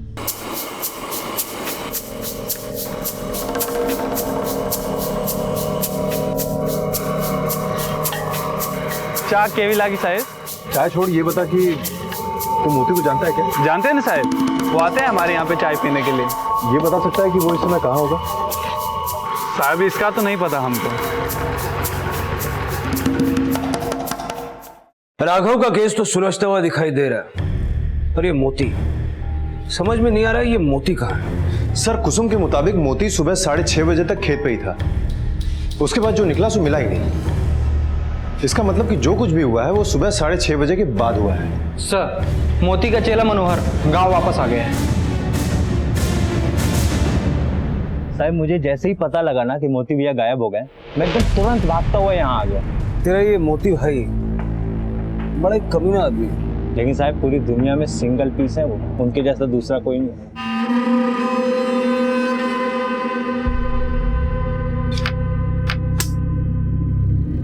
एक बात मुझे समझ में नहीं आती। क्या? घर में भी आपके 2-2 रानियां, और ये देखिए ये भी आपकी हो गई। आप कैसे संभाल लेते हो ये सब? ऐसे वो दिन दूर नहीं जब इस पूरे गांव की सारी छोरियां इस राजा की रानी होंगी। करता क्या है तेरा ये मोती भाई? एक काम हो तो बताओ। मतलब कभी ठेकेदारी कर ली, कभी कोई जमीन बिकवा दी, कभी परमिट। सीधा सीधा बोल वरना अपने तरीके से बुलवाऊंगा। नहीं साहब वो कह रहे थे कि कुछ ऑर्गन फार्मिंग करके कुछ उसका ठेका लेने वाले हैं। कहाँ करने वाला था ये ऑर्गेनिक फार्मिंग? कहाँ है तेरा ऑर्गेनिक फार्म? सर यहीं पर तो था, यहाँ पर ही तो ऑफिस बनाने की बात हुई थी। ठेका किसका? कल्पेश मकवाना का। इस कोने से लेके वो उस कोने तक जमीन पे जितनी लहलहाती हुई फसल है ना, सब पे की ना किसी फर्टिलाइजर की जरूरत पड़ेगी और ना ही किसी पेस्टिसाइड की। सारा का सारा खर्चा बच जाएगा आपका। कब करोड़पति बन जाओगे पता नहीं चलेगा कल्पेश भाई। लिखवा के ले लो, है ना?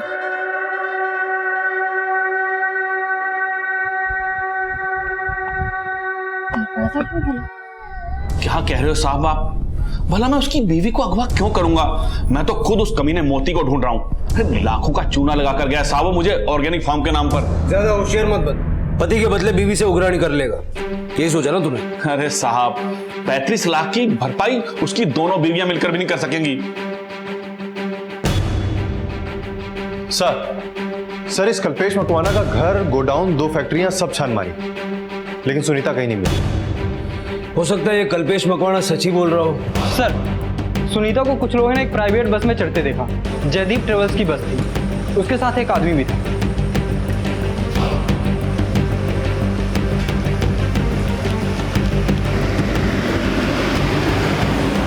कहीं ये सुनीता मोती के साथ तो नहीं भाग गई 35 लाख का घपला करके? लेकिन सर ये दोनों अपने बच्चे को छोड़कर क्यों भागेंगे?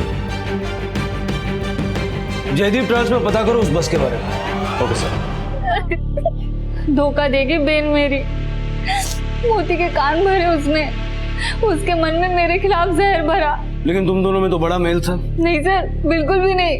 जब से मैं उस घर में गई थी खुश नहीं थी वो, चलती थी मुझसे, हर बात में होड़ थी उसकी मुझसे।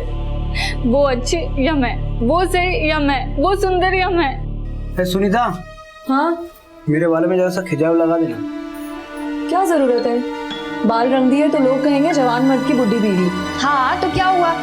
वैसे भी अगर बाल नहीं रंगे तो लोग तो मुझे बोलेंगे ना, जवान बीवी का बुढ़ा मर्द। ये लगा। कहना क्या चाहती है तू?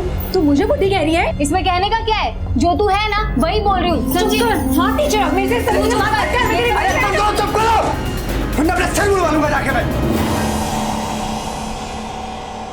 मोहन, इस केस में सबके सब पागल हैं, और जिसने इन सबको पागल बनाया है मोती, वो फरार है।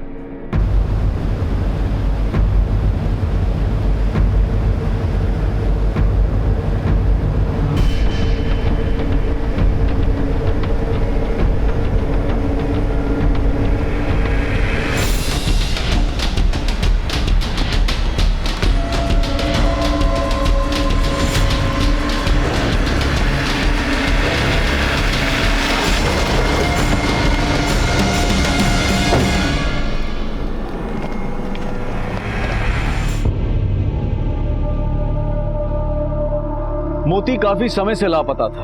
अगर लाश गांव में मिली तो फिर इतने समय तक मोती कहां था? मोती के कई दुश्मन थे, तो क्या उसके ही किसी दुश्मन ने उसकी जान ले ली? मोती मर चुका है, मतलब सुनीता मोती के साथ नहीं भागी। उस बस का पता चला?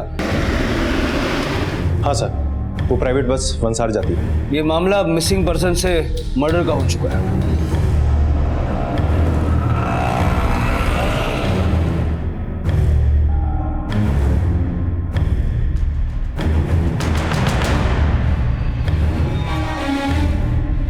इस औरत को पहचानते हो? हाँ साहब, कुछ दिन पहले ही मैंने इसे हाईवे के होटल पे छोड़ा था और इसके साथ में ना एक आदमी भी था। हाँ सर, इसके साथ एक और आदमी भी था। वो लोग कमरे ढूंढने आए थे, लेकिन उस दिन बुकिंग फुल थी तो चले गए। सर बुकिंग एजेंट से पता चला है कि सुनीता ने 26 तारीख की बस के 2 टिकट मोती के गायब होने से पहले ही बुक करा दिए थे। 22 तारीख को। 22 को? Yes sir. 24 को मोती गायब हुआ। इसका मतलब सुनीता का या तो मोती के साथ भागने का प्लान था या फिर किसी और के साथ। सर हो सकता है कि सुनीता का किसी और के साथ ही भागने का प्लान हो और ये बात मोती को पता चल गई होगी और इसीलिए सुनीता ने मोती को मार दिया होगा। तो मोहन, ये भी हो सकता है कि ये जो कोई और है ये इसी गांव का हो। गांव में पता करो कौन है कौन नहीं है और कब से।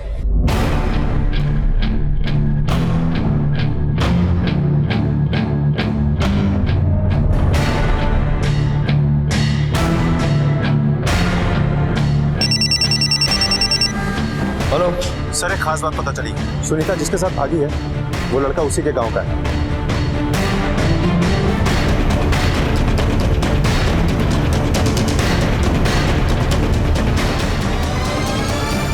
अरे पागलों की तरह घूमना बंद करो और हटो टीवी के आगे से ना।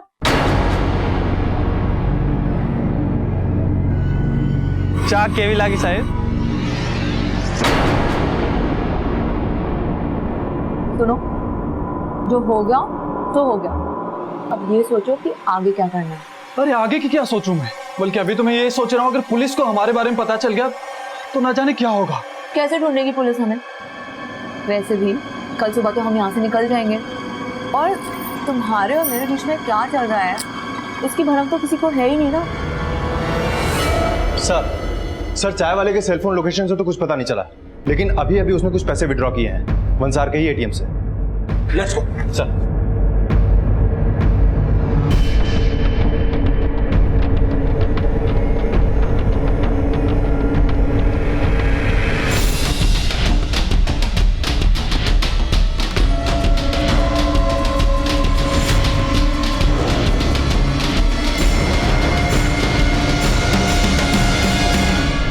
अकेला मोती ही नहीं है जो दो लोगों को अपने प्यार के जाल में फंसा सके। मैं तो पहले ही भागने वाली थी अपने प्रेमी के साथ। वो तो मोती के गायब होने से पूरा प्लान बदलना पड़ा। साहिब मैं तो पहले मना कर रहा था साहिब, लेकिन ये औरत मेरे पीछे जबरदस्ती पड़ी हुई थी साहिब। फिर धीरे धीरे मैं भी उसके प्यार के चक्कर में फंस गया साहिब।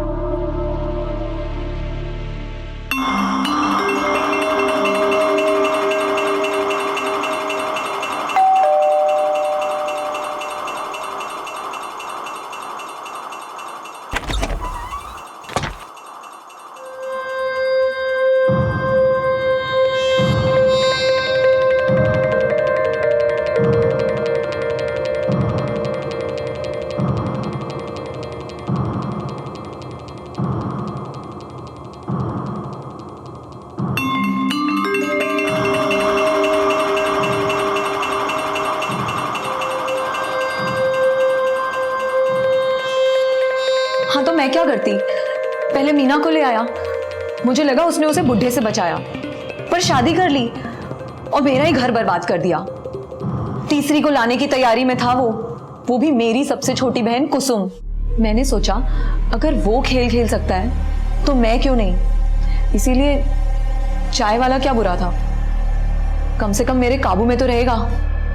मोती के गायब होने के बाद भी मैं उस चाय वाले से छुप छुप कर मिलती थी। मीना से तो कई बार बचे हम, और एक बार तो आप लोग भी घर पर आए थे पर पकड़ नहीं पाए।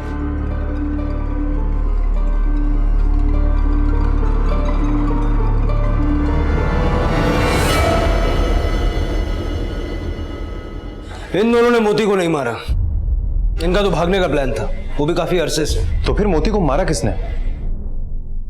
कहीं ऐसा तो नहीं कि मीना को मोती और कुसुम के बारे में पता चल गया हो और इस चक्कर में उसी ने कुछ किया हो? सर, मोती की पोस्टमार्टम रिपोर्ट, मौत सुबह 7 बजे के आसपास हुई थी।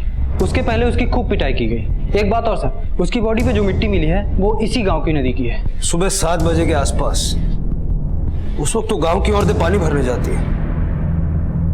किसी ने कुछ तो देखा होगा।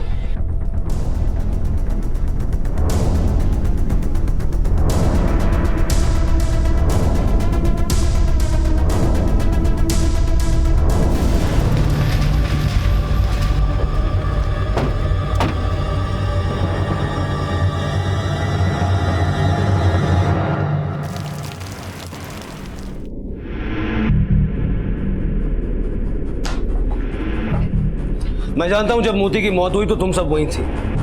हत्या का आरोप तुम सब पे भी लग सकता है, इसलिए सच सच बताओ। रोज की तरह हम सब उस दिन पानी भरने गए थे। हमने देखा कि कुसुम खेत से भागकर आ रही है। उसने तो हमें नहीं देखा, पर हम सब और शकुंतला वहां गए। हमने देखा कि मोती वहां अपने कपड़े पहन रहा था और हम सब समझ गए थे कि वह क्या हुआ होगा। शकुंतला तो उस वक्त पूरी टूट गई थी। नहीं नहीं, रुको रुको रुको रुको। आज ये मेरी बेटी है, मैं तुम में से किसी एक की हो सकती है। ये आदमी एक बीमारी की तरह है, आज इसे नहीं रोका तो ये फैलता ही जाएगा। मेरी बेटी के लिए, तुम सबकी बेटी के लिए, उनके भविष्य के लिए साथ दो मेरा, साथ दो मेरा।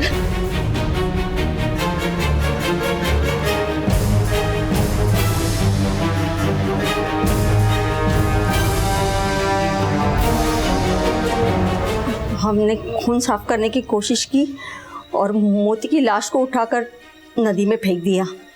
शकुंतला ने अपनी बेटी को बचाने के लिए मोती की जान ले ली, लेकिन उसकी इसी गलती ने उसकी बेटी को भी कातिल बना दिया। शकुंतला ने अपनी बेटी की जिंदगी आबाद नहीं, बर्बाद कर दी। हम मानते हैं कि किसी बात को बर्दाश्त करने की, नजरअंदाज करने की एक सीमा होती है और जुल्म को चुपचाप नहीं सहा जा सकता। लेकिन फिर भी प्रकृति और समाज के नियम हमें कानून को हाथ लेने, किसी को सजा मुकर्रर करने या किसी से इंतकाम लेने की इजाजत नहीं देते। इस घटना में कई सबक हैं हमारे लिए। एक फरेबी के फरेब में बार बार फंसना बेवकूफी है, मासूमियत नहीं। अरे ओ, तेरे बाप का रोड है साला, चल साइड कर।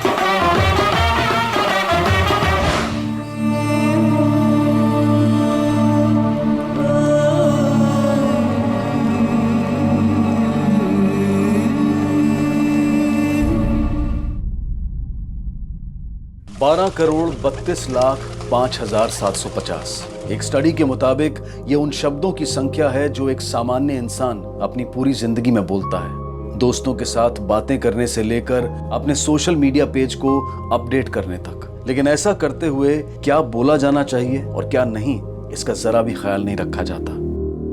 बिना सोचे समझे व्यक्तिगत जानकारी को बांटने की जो सजा गौतम बुद्ध नगर जिले के गांव दनकौर को मिली, वो अपने आप में अनोखी और रोंगटे खड़े कर देने वाली है। कुछ तो हुआ था इस गांव में जिसकी वजह से पूरे गांव में बिना किसी कर्फ्यू के भी कर्फ्यू जैसा माहौल था। लोग अपना काम धंधा छोड़कर अपने आप को घरों में बंद करके बैठे थे। न दुकानें खुली थीं, न बाजारों में लोग थे, न स्कूल्स में टीचर्स और बच्चे थे। पूरे गांव में आतंक और दहशत का माहौल था। लेकिन इसकी वजह या इसके कारण के बारे में बात करने के लिए कोई तैयार नहीं था।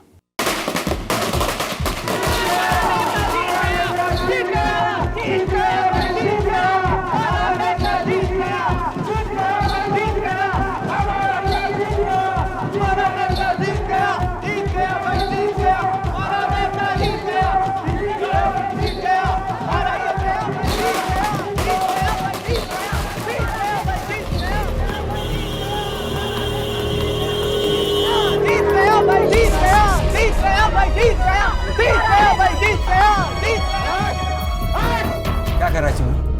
क्या कर रहा है तू? अरे तेरा भाई चुनाव हार गया तो दिमाग खराब हो गया तेरा?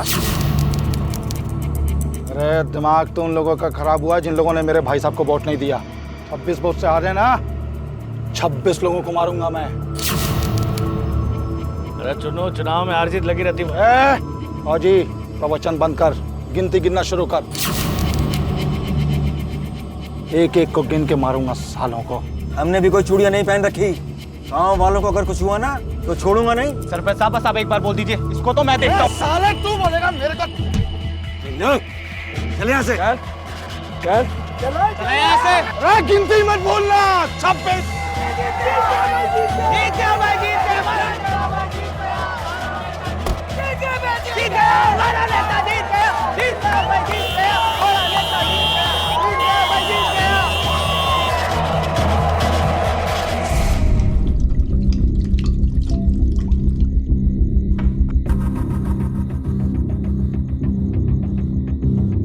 अब भी वही चुनाव के बारे में सोच रहे भाई जी?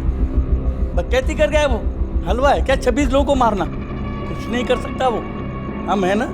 सरपंच जी आप चिंता मत करिए, अगर चुन्नू ने कुछ भी किया तो हम उसे छोड़ेंगे नहीं। चिंता मुझे चुन्नू की नहीं है, चिंता तो मुझे उसके बड़े भाई की है जिसके इशारों पर वो नाच रहा है। अगले इलेक्शन से पहले हमें भी कोई ऐसी चाल चलनी पड़ेगी कि दोनों का पत्ता एक साथ साफ हो जाए। सरपंच जी ये बात आपने बिल्कुल सही कही। क्यों भाई जी? बिल्कुल बिल्कुल। तूने जो ये जुलूस में जाकर 26 लोगों को जान से मार देने की धमकी दी है, ये तूने बहुत बड़ी गलती की है। देख लेना, वो सरपंच इस गलती को हमारे खिलाफ कभी ना कभी कहीं ना कहीं इस्तेमाल जरूर करेगा। आगे की सोचता ही नहीं। हमें आपकी हार का बदला लेना है बस, इसके अलावा किसी की नहीं पड़ी हमें। हमारी तो पड़ी है ना, कि वो भी नहीं पड़ी? तुम्हारे बाद हमारा क्या होगा कभी सोचा है? देखो चुन्नू, तुम्हें हमारी कसम है, तुम हथियार नहीं उठाओगे। हम जो भी करेंगे सोच समझ कर करेंगे। ठीक है, नहीं उठाएंगे हथियार, नहीं करेंगे कुछ, लेकिन अगर उस सरपंच ने कुछ किया ना तो हमें कोई रोक नहीं पाएगा, ये बात भी पक्की है। तुम हमारी इजाजत के बगैर इस घर से बाहर पैर नहीं रखोगे, समझे? आते हैं हम बाहर से।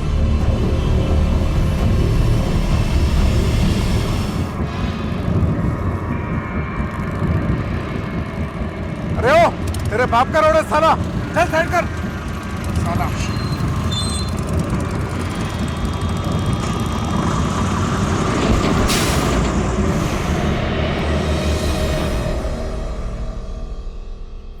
अरे इसको मुझे दे और एक काम कर, मेरे लिए खाने लगा।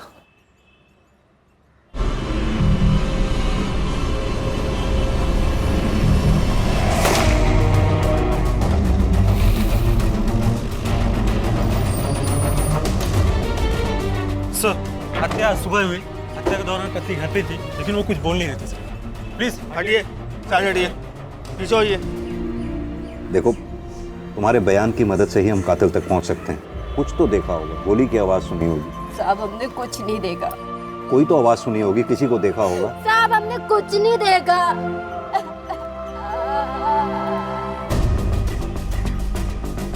भाई आप लोगों में से तो किसी ने कुछ देखा होगा, कोई गोली की आवाज सुनी होगी, जिससे ये पता चल सके किसने किया ये सब।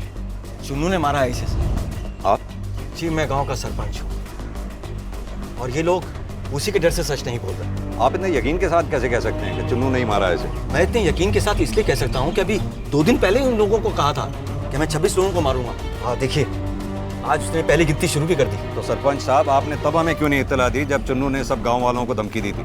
सर वो उस वक्त हमें लगा कि हार की झल्लाहट की वजह से वो बकबक कर रहा है।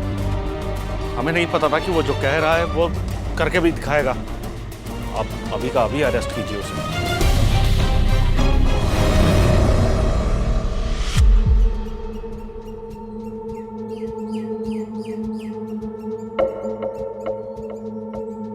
बम को प्लास्टिक में डाल के अंदर डालना।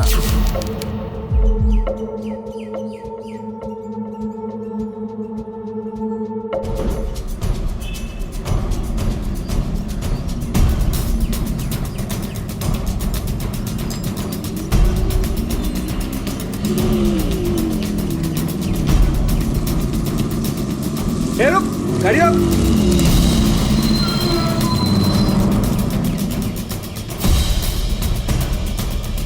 अरे बस वाले बस क्यों रोकी बीच में? चुप बैठ। अरे गाड़ी चलाओ ना भाई, गाड़ी चलाओ। धनकौर गांव से राम सेवक और बुधना कौन है यहाँ? बता दे क्यों नहीं? अरे बहरे हो गए हो क्या?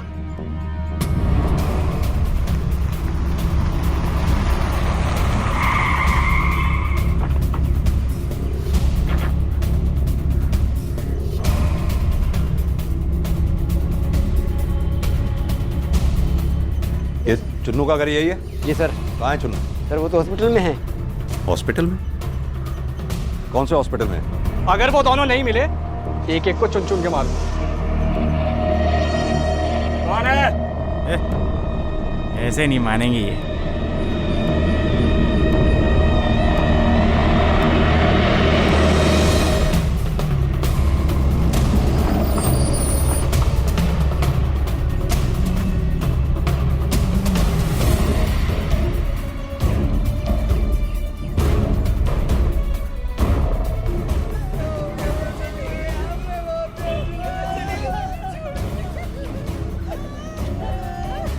सर ये चुन्नू जी है। ठीक है जाओ। चुन्नू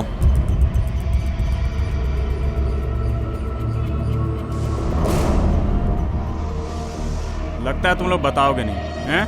पूरा का पूरा ट्रक चढ़ा दिया भाई साहब के ऊपर। आखिरी बार देखने को चेहरा भी नहीं बचा उनका। ये सब सरपंच ने करवाया है, जानता हूं मैं। हाँ, लेकिन सरपंच का ये कहना है इलेक्शन हारने के बाद तुमने 26 आदमियों को मारने की धमकी दी थी, वो भी सरेआम। धमकी तो सरपंच ने भी दी थी और पूरी कर दी। हमने भी कोई चूड़ियां नहीं पहन रखी। सरपंच साहब बस आप एक बार बोल दीजिए, इसको तो मैं देखता हूँ। साले तू बोलेगा? हमारे भाई साहब चले गए। तुम्हें पता कब चला कि तुम्हारे भाई साहब के साथ ये हादसा हुआ? फोन आया था मेरे पास। जब तक मैं आया हमारे भाई साहब जा चुके थे।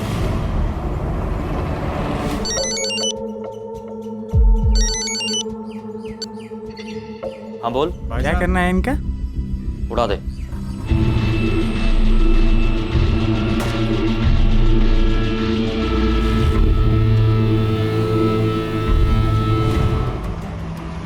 सर क्या लगता है आपको, पहले सरपंच और चुन्नू खुलेआम एक दूसरे को धमकी देते हैं, फिर 2 दिन बाद सरपंच के करीबी रघु का मर्डर हो जाता है, ठीक उसी दिन चुन्नू के भाई का भी एक्सीडेंट हो जाता है। चुन्नू के भाई का एक्सीडेंट रात में हुआ था और उसके कुछ ही घंटों बाद रघु की मौत हुई थी। चुन्नू के मुताबिक रघु की मौत के समय चुन्नू हॉस्पिटल में था, तो हो सकता है यह खून चुन्नू ने खुद न करके करवाया हो और चुन्नू भी अपनी जगह सही हो सकता है। हो सकता है उसके भाई का एक्सीडेंट हुआ ना हो, किसी से करवाया हो। सर इसका मतलब चुन्नू ने अपनी धमकी पूरी करने के लिए सरपंच के करीबी रघु को मरवाया और सरपंच ने अपनी धमकी के चलते चुन्नू के भाई का मर्डर करवाया। इस केस में एक तीसरी पॉसिबिलिटी भी हो सकती है। हो सकता है कोई तीसरा आदमी हो जो इन दोनों की इस सिचुएशन का फायदा उठा रहा हो सकता है उसी ने खून किया हो या करवाया हो। लेकिन सर ऐसा कौन हो सकता है? उस पूरे गांव में तो सरपंच और चुन्नू के अलावा कोई तीसरा ताकतवर है ही नहीं जो ये कांड कर सके।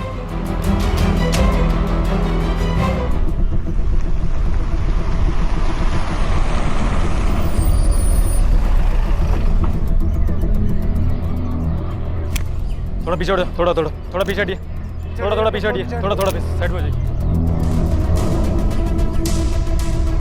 कातिल इन्हें नाम से जानते थे, शक्ल से नहीं पहचानते थे। यानी ये तो साफ है कि कातिल इन्हें पहचानते थे, जानते नहीं थे।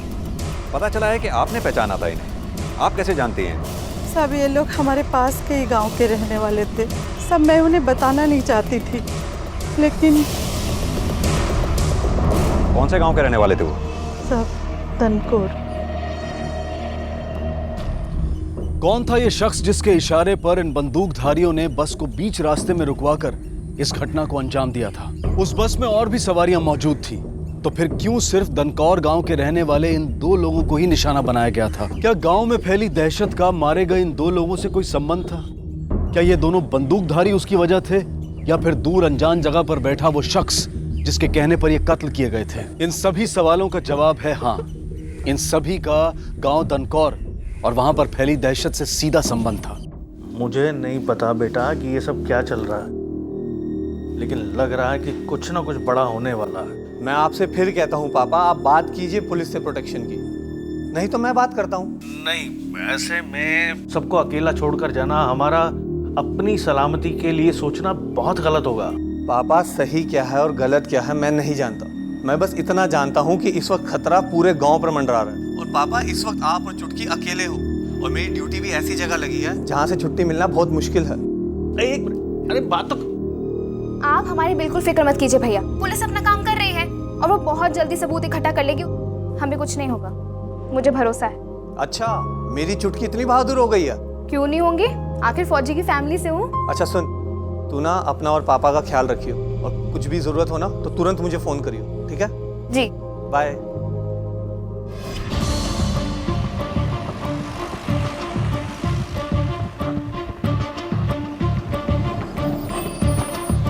अरे जरा हवा चेक करना। सब बिहार से 2 शूटर आए हैं 2 दिन पहले। किसने बुलाया ये तो पता नहीं, लेकिन अपना ढाबा है ना, उस पर दोपहर में रोज खाना खाते हैं। अपनी आंख और कान खुले रखना और कुछ भी पता चले तो खबर करना। ठीक है। चलो। अरे भाई जल्दी खाना ले आ यार। अरे थोड़ा हम भी खिला दें। हाँ, रुक रुक जा, रुक।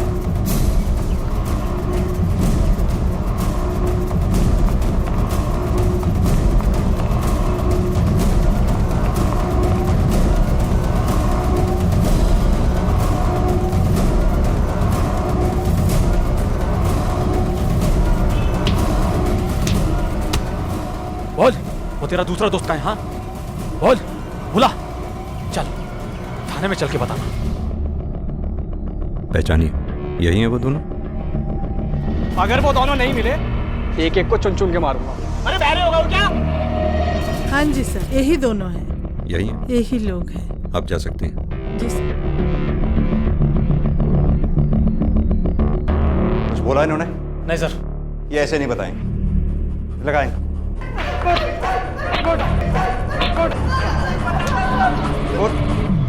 सर उसका नाम बांके था सर। कौन है ये बांके? हमको कुछ नहीं पता सर, यही दिल्ली का है, इसके अलावा हम सर कुछ नहीं जानते। सर हम पैसों के लिए काम करते हैं सर, पटना से हैं सर। हम पैसों के लिए यहाँ आए थे सर। ट्रेन की टिकट भी हमें मिली थी ग्रेटर नोएडा के लिए, और जब हम यहाँ ग्रेटर नोएडा आए तो बांके वहाँ हमें मिला और उसने कहा कि 2 लोगों को उड़ाना है, तो हमने उड़ा दिया सर। जानते नहीं थे और किसी के कहने पर 2 लोगों का खून कर दिया तुमने? सर बाकी किसी और से बात ही किया करता था उड़ा दे फोन पर सर। उसकी बातों से लगता था कि वो कोई बड़ा कांड करने वाला है सर। कांड? कैसा कांड? कहाँ करने वाला है? सर हमें कुछ नहीं पता सर, माँ कसम खाता हूँ सर, हमें कुछ नहीं पता सर।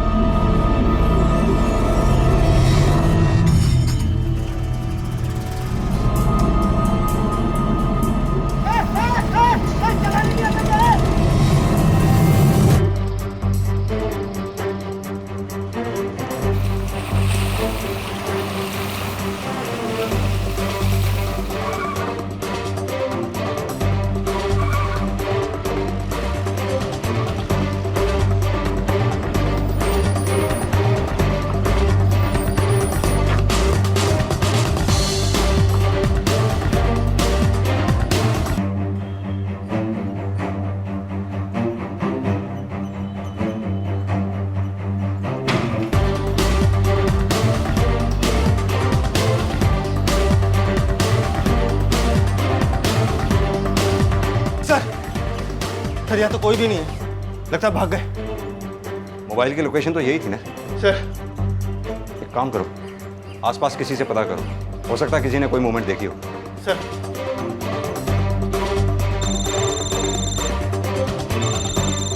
हाँ बोलो। सर जो फोन ट्रैकिंग पे डाला था वो स्विच ऑफ आ रहा है। स्विच ऑफ है?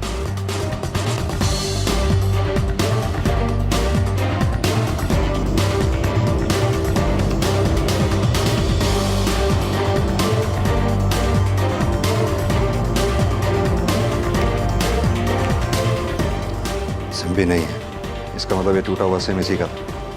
बिना सिम के इसको ट्रैक कैसे करें? सर ये ऐसे साइकिल से जा रहा था, इसने किसी टेम्पो को देखा भी जाते हुए। क्या देखा तुमने? साहब सिर्फ एक हरे रंग के टेम्पो को देखा, इस तरफ जा रहा था, अब मुझे ठोकने ही वाला था साहब। नंबर नोट किया उसका? सर वो तो ठीक से नहीं दिखा, कुछ DL लिखा हुआ था, और हाँ सर उसके पीछे कुछ शेर का निशान बना हुआ था साहब। कितने लोग थे उसमें? सब वो नहीं मालूम साहब। ठीक है यादव सर, हर जगह नाकाबंदी लगाओ, जितने भी DL हरे रंग के टेम्पो हैं, खासतौर पर वो जिस पे शेर का निशान है, अच्छी तरह से पूछताछ करो। जिस किसी पे भी शक हो मुझे इन्फॉर्म करते रहना, ठीक है? पुलिस ने उन दोनों शूटर्स की मदद से एक स्केच तैयार करवाया और उस स्केच में जो चेहरा निकलकर सामने आया वो मथुरा के एक हिस्ट्री शीटर का था।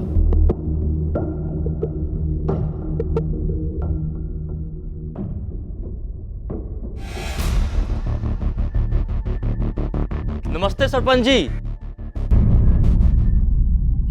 पुलिस ने उन दोनों शूटर्स की मदद से एक स्केच तैयार करवाया और उस स्केच में जो चेहरा निकलकर सामने आया वो मथुरा के एक हिस्ट्री शीटर का था। बांके लगभग इस मामले की शुरुआत से ही मथुरा से गायब था। पुलिस ने उसे वांटेड घोषित कर दिया था और अब उसे ढूंढने की पूरी कोशिश की जा रही थी।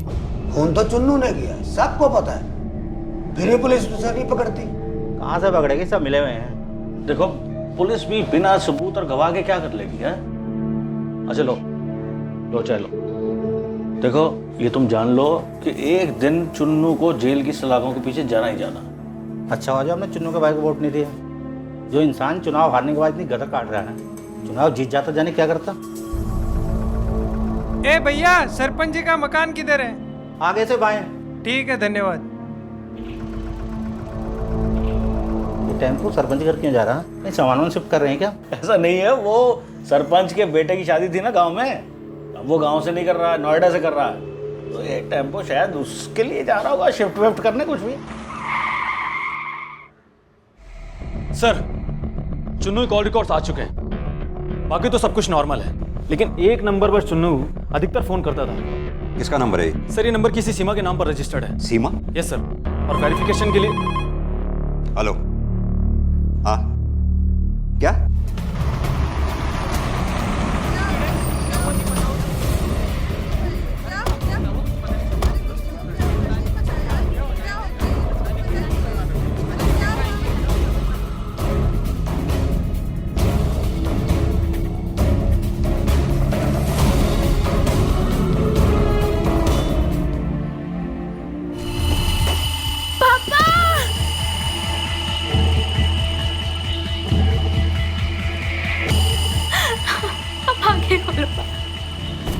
सर लड़की सदमे में, वो कुछ बोल नहीं पाई।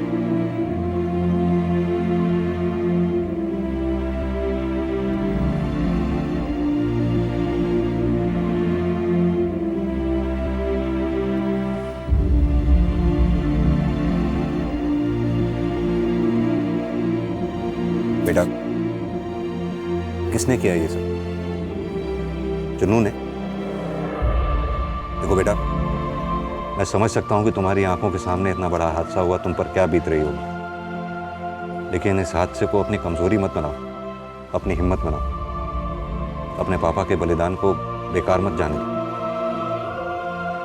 बोलो बेटा, जरा अपना हाथ दिखाना। बेटा उम्र कितनी है तुम्हारी? 17 साल। वो देखो, उसकी उंगली पे भी वोटिंग का निशान, इसकी उंगली पे भी वोटिंग का निशान। जो मारे जा रहे हैं मेरे लोग हैं सर, सपोर्टर्स हैं मेरे। वो चुनाव में वोट दिए हैं उन लोगों ने मुझे। अब आप ही सोचिए, भला मैं उन लोगों को क्यों मारूंगा? नमस्कार दरोगा जी, आपने निमंत्रण दिया तो आ गए हम। ऐसे लोगों के साथ बैठाएंगे आप हमें? देखा आपने कैसे पुलिस स्टेशन में रंगबाजी कर रहा है? अरे मैं तो कहता हूँ टांगे तोड़ डालो इस आदमी की। अरे सब कुछ बदलेगा सच। क्या बोल रहे भाई? साले यहीं टेटवा दबा के मार डालेंगे, समझे? ए छोड़, मैं कह रहा हूं पीछे छोड़ कर मैं छोड़। कांस्टेबल, ये पुलिस स्टेशन है, आपके गांव का चौपाल नहीं। आइंदा से ऐसी हरकत की ना तो भूल जाऊंगा कि आप कौन है। लाइसेंसी है इन जैसे लोगों को सबक सिखाने के लिए। अब आप तो कुछ करेंगे नहीं। लाइसेंसी है और आप गांव के सरपंच हैं, तो इसका मतलब पुलिस स्टेशन में मौत का नंगा नाच करेंगे हैं? एक बात कान खोलकर सुन लो तुम दोनों, जिस दिन तुम दोनों के खिलाफ एक भी सबूत मिला, घसीटते हुए यहाँ ले आऊंगा, फिर दिखाते रहना अपनी राजनीति, समझे? चलो निकलो यहाँ से।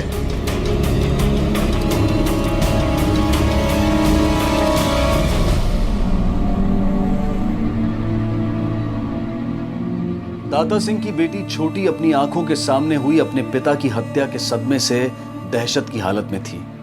वहीं दूसरी तरफ अपनी जान दांव पर लगाकर देश की सीमाओं की रक्षा करने वाला उसका भाई अपने पिता की चिता को मुखाग्नि देते हुए अपने आप को ठगा हुआ महसूस कर रहा था, क्योंकि जिन लोगों की रक्षा को वो अब तक अपना फर्ज समझकर निभाता आ रहा था, उन्हीं लोगों में से किसी ने उसे अनाथ बना दिया था। गांव सुनसान हो चुका था। घर के भीतर भी माँ बाप अपने बच्चों का हाथ छोड़ने को तैयार नहीं थे, जैसे उन्हें डर हो कि अगर उन्होंने हाथ छोड़ा तो कोई भेड़िया उनके बच्चों को दांतों में दबा कर ले जाएगा।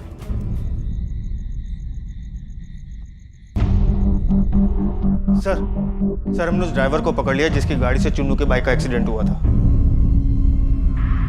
चलो। किसके कहने पे किया था तूने ये एक्सीडेंट? वो गलती से हुआ था साहब, और गलती भी मेरी नहीं थी, उसकी ही गलती थी। अरे ओ, तेरे बाप का रोड है साला, चल साइड कर। साला वो मेरे आगे आगे चल रहा था जैसे कोई नशे में चलता है साहब, अचानक से ब्रेक मार दी। इस ड्राइवर के कहे मुताबिक अगर चुन्नू के भाई की मौत वाकई एक्सीडेंट से हुई है तो सरपंच के ऊपर शक करने की कोई वजह नहीं है हमारे पास। हाँ, कातिल चुन्नू जरूर हो सकता है।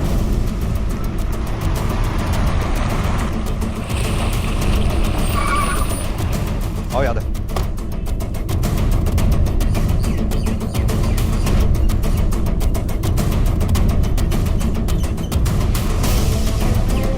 चुन्नू कहाँ है ये? क्या उधर?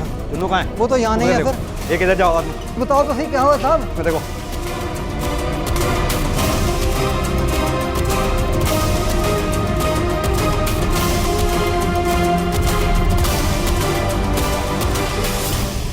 अब बताओ तो सही बात क्या है, क्या हुआ है? चुन्नू कहाँ है? चुन्नू साहब मेरे को ही नहीं पता कहाँ है, 2-3 दिन से वो घर भी नहीं आया। क्या हुआ सर? यहाँ भी नहीं मिला, लगता भाग गया। सर इधर भी नहीं मिला है। कटकौर गांव में मरने वालों की संख्या अब 6 तक पहुंच गई थी, और मरने वालों में सिर्फ वही लोग थे जिन्होंने ग्राम पंचायत चुनाव में सरपंच को अपने वोट दिए थे। अगर इन हत्याओं का जिम्मेदार वाकई चुन्नू चंदेल था भी, तब भी पुलिस के हाथ उसके खिलाफ कोई ठोस सबूत नहीं लगा था। और अगर ये सरपंच की चुन्नू को हमेशा हमेशा के लिए अपने रास्ते से हटाने की साजिश थी, तो ये साजिश सफल होती नजर आ रही थी, क्योंकि सरेआम गांव के 26 लोगों को मारने की धमकी देकर चुन्नू ने सरपंच को खुद ये मौका दिया था। बहरहाल सच्चाई ये थी कि आने वाले वक्त में गांव में 20 हत्याएं और होनी थी, लेकिन ये हत्याएं कब होनी थी, कहां होनी थी और किन लोगों की होनी थी, इसके बारे में किसी को कोई अंदाजा नहीं था। चंदू, ए चंदू, चंदू उठ। हाँ साहब। फोन किया था? हाँ साहब, वो वाकई जिसके पूरे गांव में चारों तरफ पोस्टर चिपके हैं ना, वो सरपंच के घर गया था साहब, उससे बातें कर रहा था। तूने देखा? देखा तो नहीं मैंने साहब, लेकिन खबर पक्की है। पक्का? 100% पक्का साहब, मैं झूठ नहीं बोल रहा हूँ। एक वांटेड आदमी जो दिन दहाड़े 2 लोगों को बस से उतार के मरवा देता है, वो आदमी आपके घर पे देखा जाता है आपसे बात करते हुए। सर आप किस आदमी की बात कर रहे हैं? इस आदमी की, इस बात की पक्की खबर है हमें। नहीं देखा इस आदमी को? सर मैं इस आदमी को जानता हूँ, ये आदमी मेरे घर मुझसे बात करने आया था। नमस्ते सरपंच जी।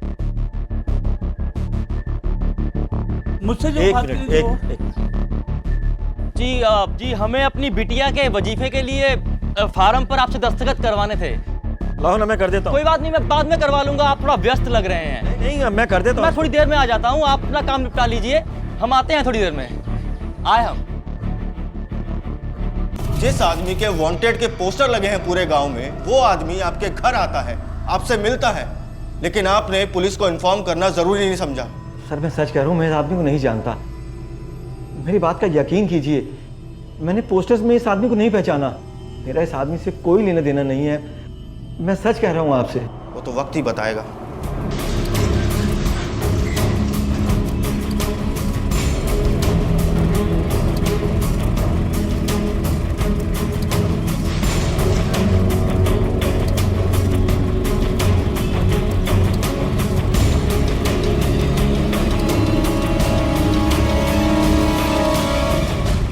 अरे बाकी भैया, आगे तो नाकाबंदी है।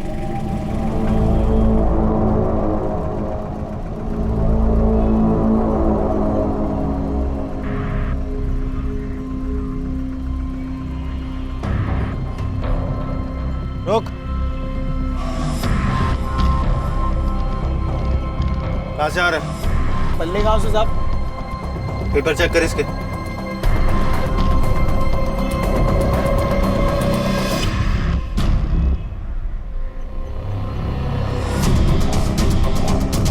और हाँ सर, उस पे पीछे कुछ शेर का निशान बना हुआ था साहब। हाँ यादव बोलो।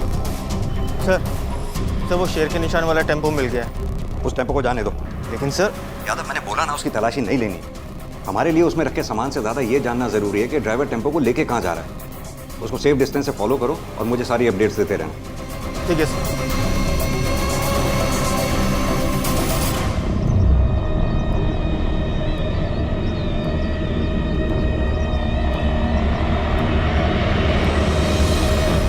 पेपर ठीक है? हाँ साहब, पेपर ठीक है।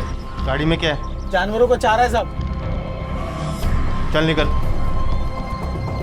जान दो इसे।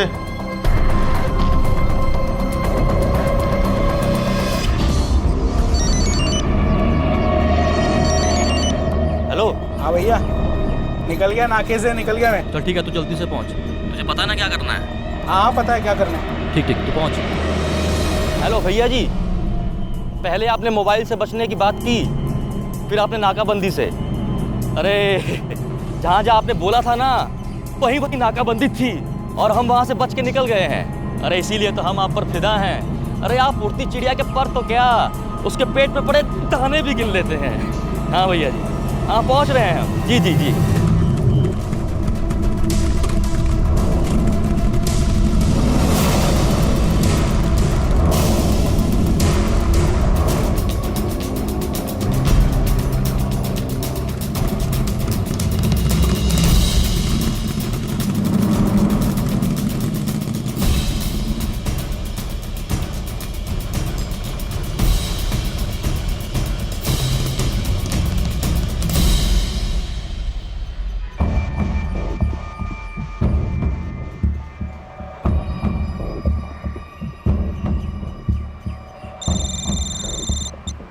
हाँ यादव बोलो।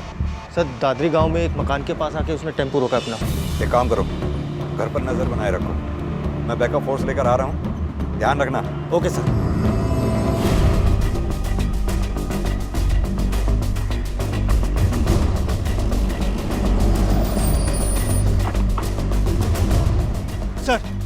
सर ये वो टेम्पो है। और सर वो रहा वो गेट जिसके अंदर वो गया था, लेकिन अभी तक कोई मूवमेंट नहीं हुई। अब इंतजार नहीं कर सकते, एक काम करते हैं, चारों तरफ से घेर लेते हैं इसे।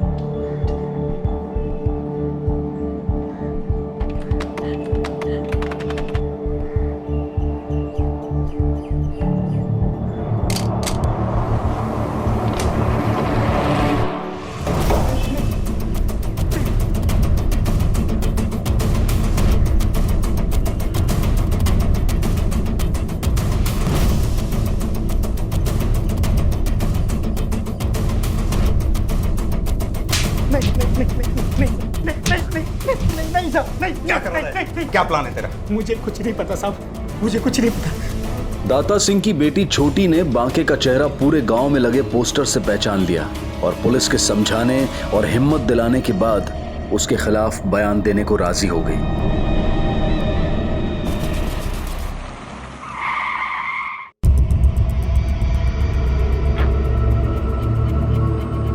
ये यहाँ कैसे आ गए? खड़े क्यों हो गए? बैठ जाओ। चलो तुम यहाँ क्यों आ गए? हमारे भाई साहब को तो तुम लोगों ने चुनाव में हरा दिया और उसके बाद मार भी दिया। क्यों किया ऐसा? ऐसा कुछ नहीं है चुन्नू, चुनाव में किसी न किसी को तो हारना ही था। और रही तुम्हारे भाई को मारने की बात, तो वो सिर्फ एक एक्सीडेंट था, किसी ने मारा नहीं है उसे। बालक हैं, दूध पीते, जब बहलाओगे तो बहल जाएंगे। सही समझते हैं गांव वाले कि मैंने 26 लोगों को मारने की कसम खाई है और रघु को मार के शुभारंभ कर दिया, फीता काट दिया और बारी तुम लोगों की है।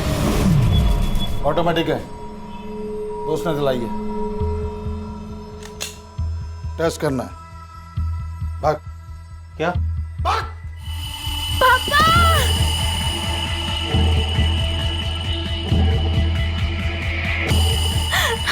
अब आगे खोलो।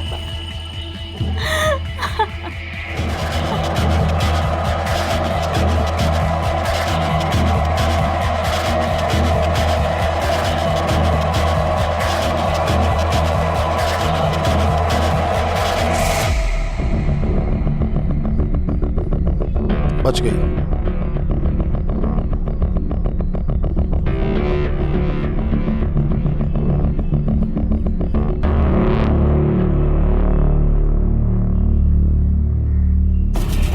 सर, गौर करने वाली बात यह है कि चुन्नू 2 साल पहले जेल में था और उसी वक्त बाके अवैध हथियारों की सप्लाई के केस में उसी जेल में था और दोनों 3 महीने तक एक ही सेल में थे। कौन है? भाई साहब। आजा। सब ठीक है ना? सर, चुन्नू के कॉल रिकॉर्ड्स में जो सीमा के नाम का नंबर है जिस पर चुन्नू अधिकतर बात करता है वो दरअसल सीमा का आशिक यूज करता है, बांके। भाई साहब, आपसे एक बात पूछें? ये सब करना जरूरी है क्या? जरूरी है। जो लोग हमारे सामने नजर नहीं उठा पाते थे आज हमें आंख दिखा रहे। अगर आज उन्हें नहीं रोका ना, कल को हमारे मुंह पे मूतेंगे वो लोग। उन्हें मालूम पड़ना चाहिए कि हम कौन हैं और उनकी क्या औकात है। 26 की गिनती आज पूरी होकर रहेगी। अब तक 6 गांव वालों की जान लेने के बाद भी चुन्नू और बांके किसी आदमखोर शिकारी की तरह खुलेआम घूम रहे थे। पुलिस लगातार उनके पीछे थी, लेकिन ये दोनों शातिर मुजरिम पुलिस से आगे चल रहे थे। उससे ये साफ था कि इनके मन में कानून का कोई डर नहीं था और इस बात में भी कोई शक नहीं था कि जब तक पुलिस इन दोनों को पकड़ नहीं लेती है तब तक कोई भी सुरक्षित नहीं था।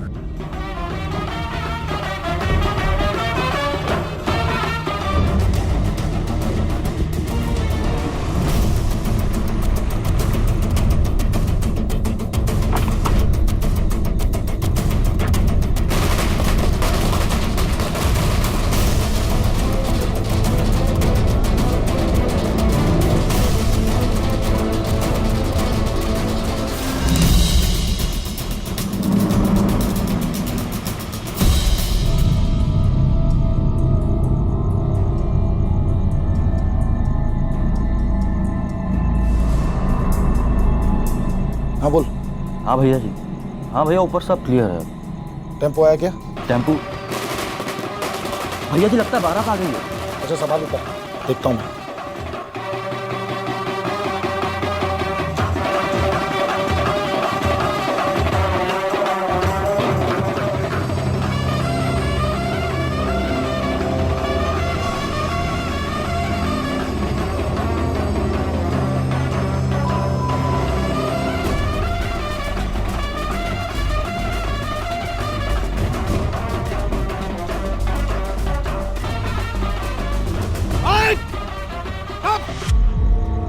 नीचे कर, नहीं तो ठोक दूंगा इसको। दनकौर गांव के 20 लोग साइड में हो जाओ। साइड में आओ।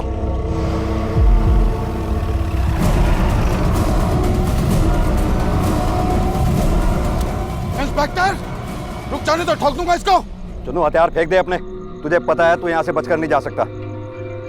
तुझे गलत फहमी हुई है चुन्नू। तेरे भाई को किसी ने मारा या मरवाया नहीं था। उसका एक नॉर्मल एक्सीडेंट हुआ था, वो भी शराब के नशे में था। और अरे ओ, तेरे बाप का रोड है साला। चल साइड कर। जो कुछ हुआ मैं नहीं जानता, बस इतना जानता हूँ कि साले 26 हरामियों ने उनके खिलाफ वोट दिया। 6 को मार चुका हूँ, 20 को छोड़ूंगा नहीं। और इंस्पेक्टर, अगर तुमने मेरी बात नहीं मानी ना तो 20 से ज्यादा जितने मरेंगे उसकी जिम्मेदारी तुम्हारी है। नहीं नहीं नहीं, सुनो, रखता हूँ मैं अपने हथियार। हथियार रख दो, तुम कुछ मत करना।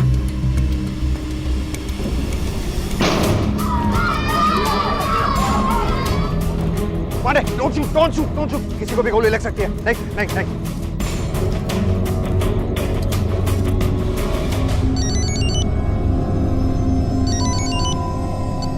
हाँ भैया जी। अबे साले, गोली क्यों चलाई? अरे भैया जी, अगर हम गोली नहीं चलाते तो पुलिस आपको गोली मार देती। अरे वो आपके पीछे खड़ा था ना पुलिस वाला। अच्छा ठीक है ठीक है। देख टेम्पो आया क्या अपना? देखता हूँ। हाँ भैया जी, टेम्पो आ गया है, वो आपके पास ही है। सुन, मेरी गन गिर गई, कट्टा है मेरे पास। कवर फायरिंग के पीछे दरवाजे से निकलता हूँ मैं। सालों की 20 की गिनती पूरी करनी है आज।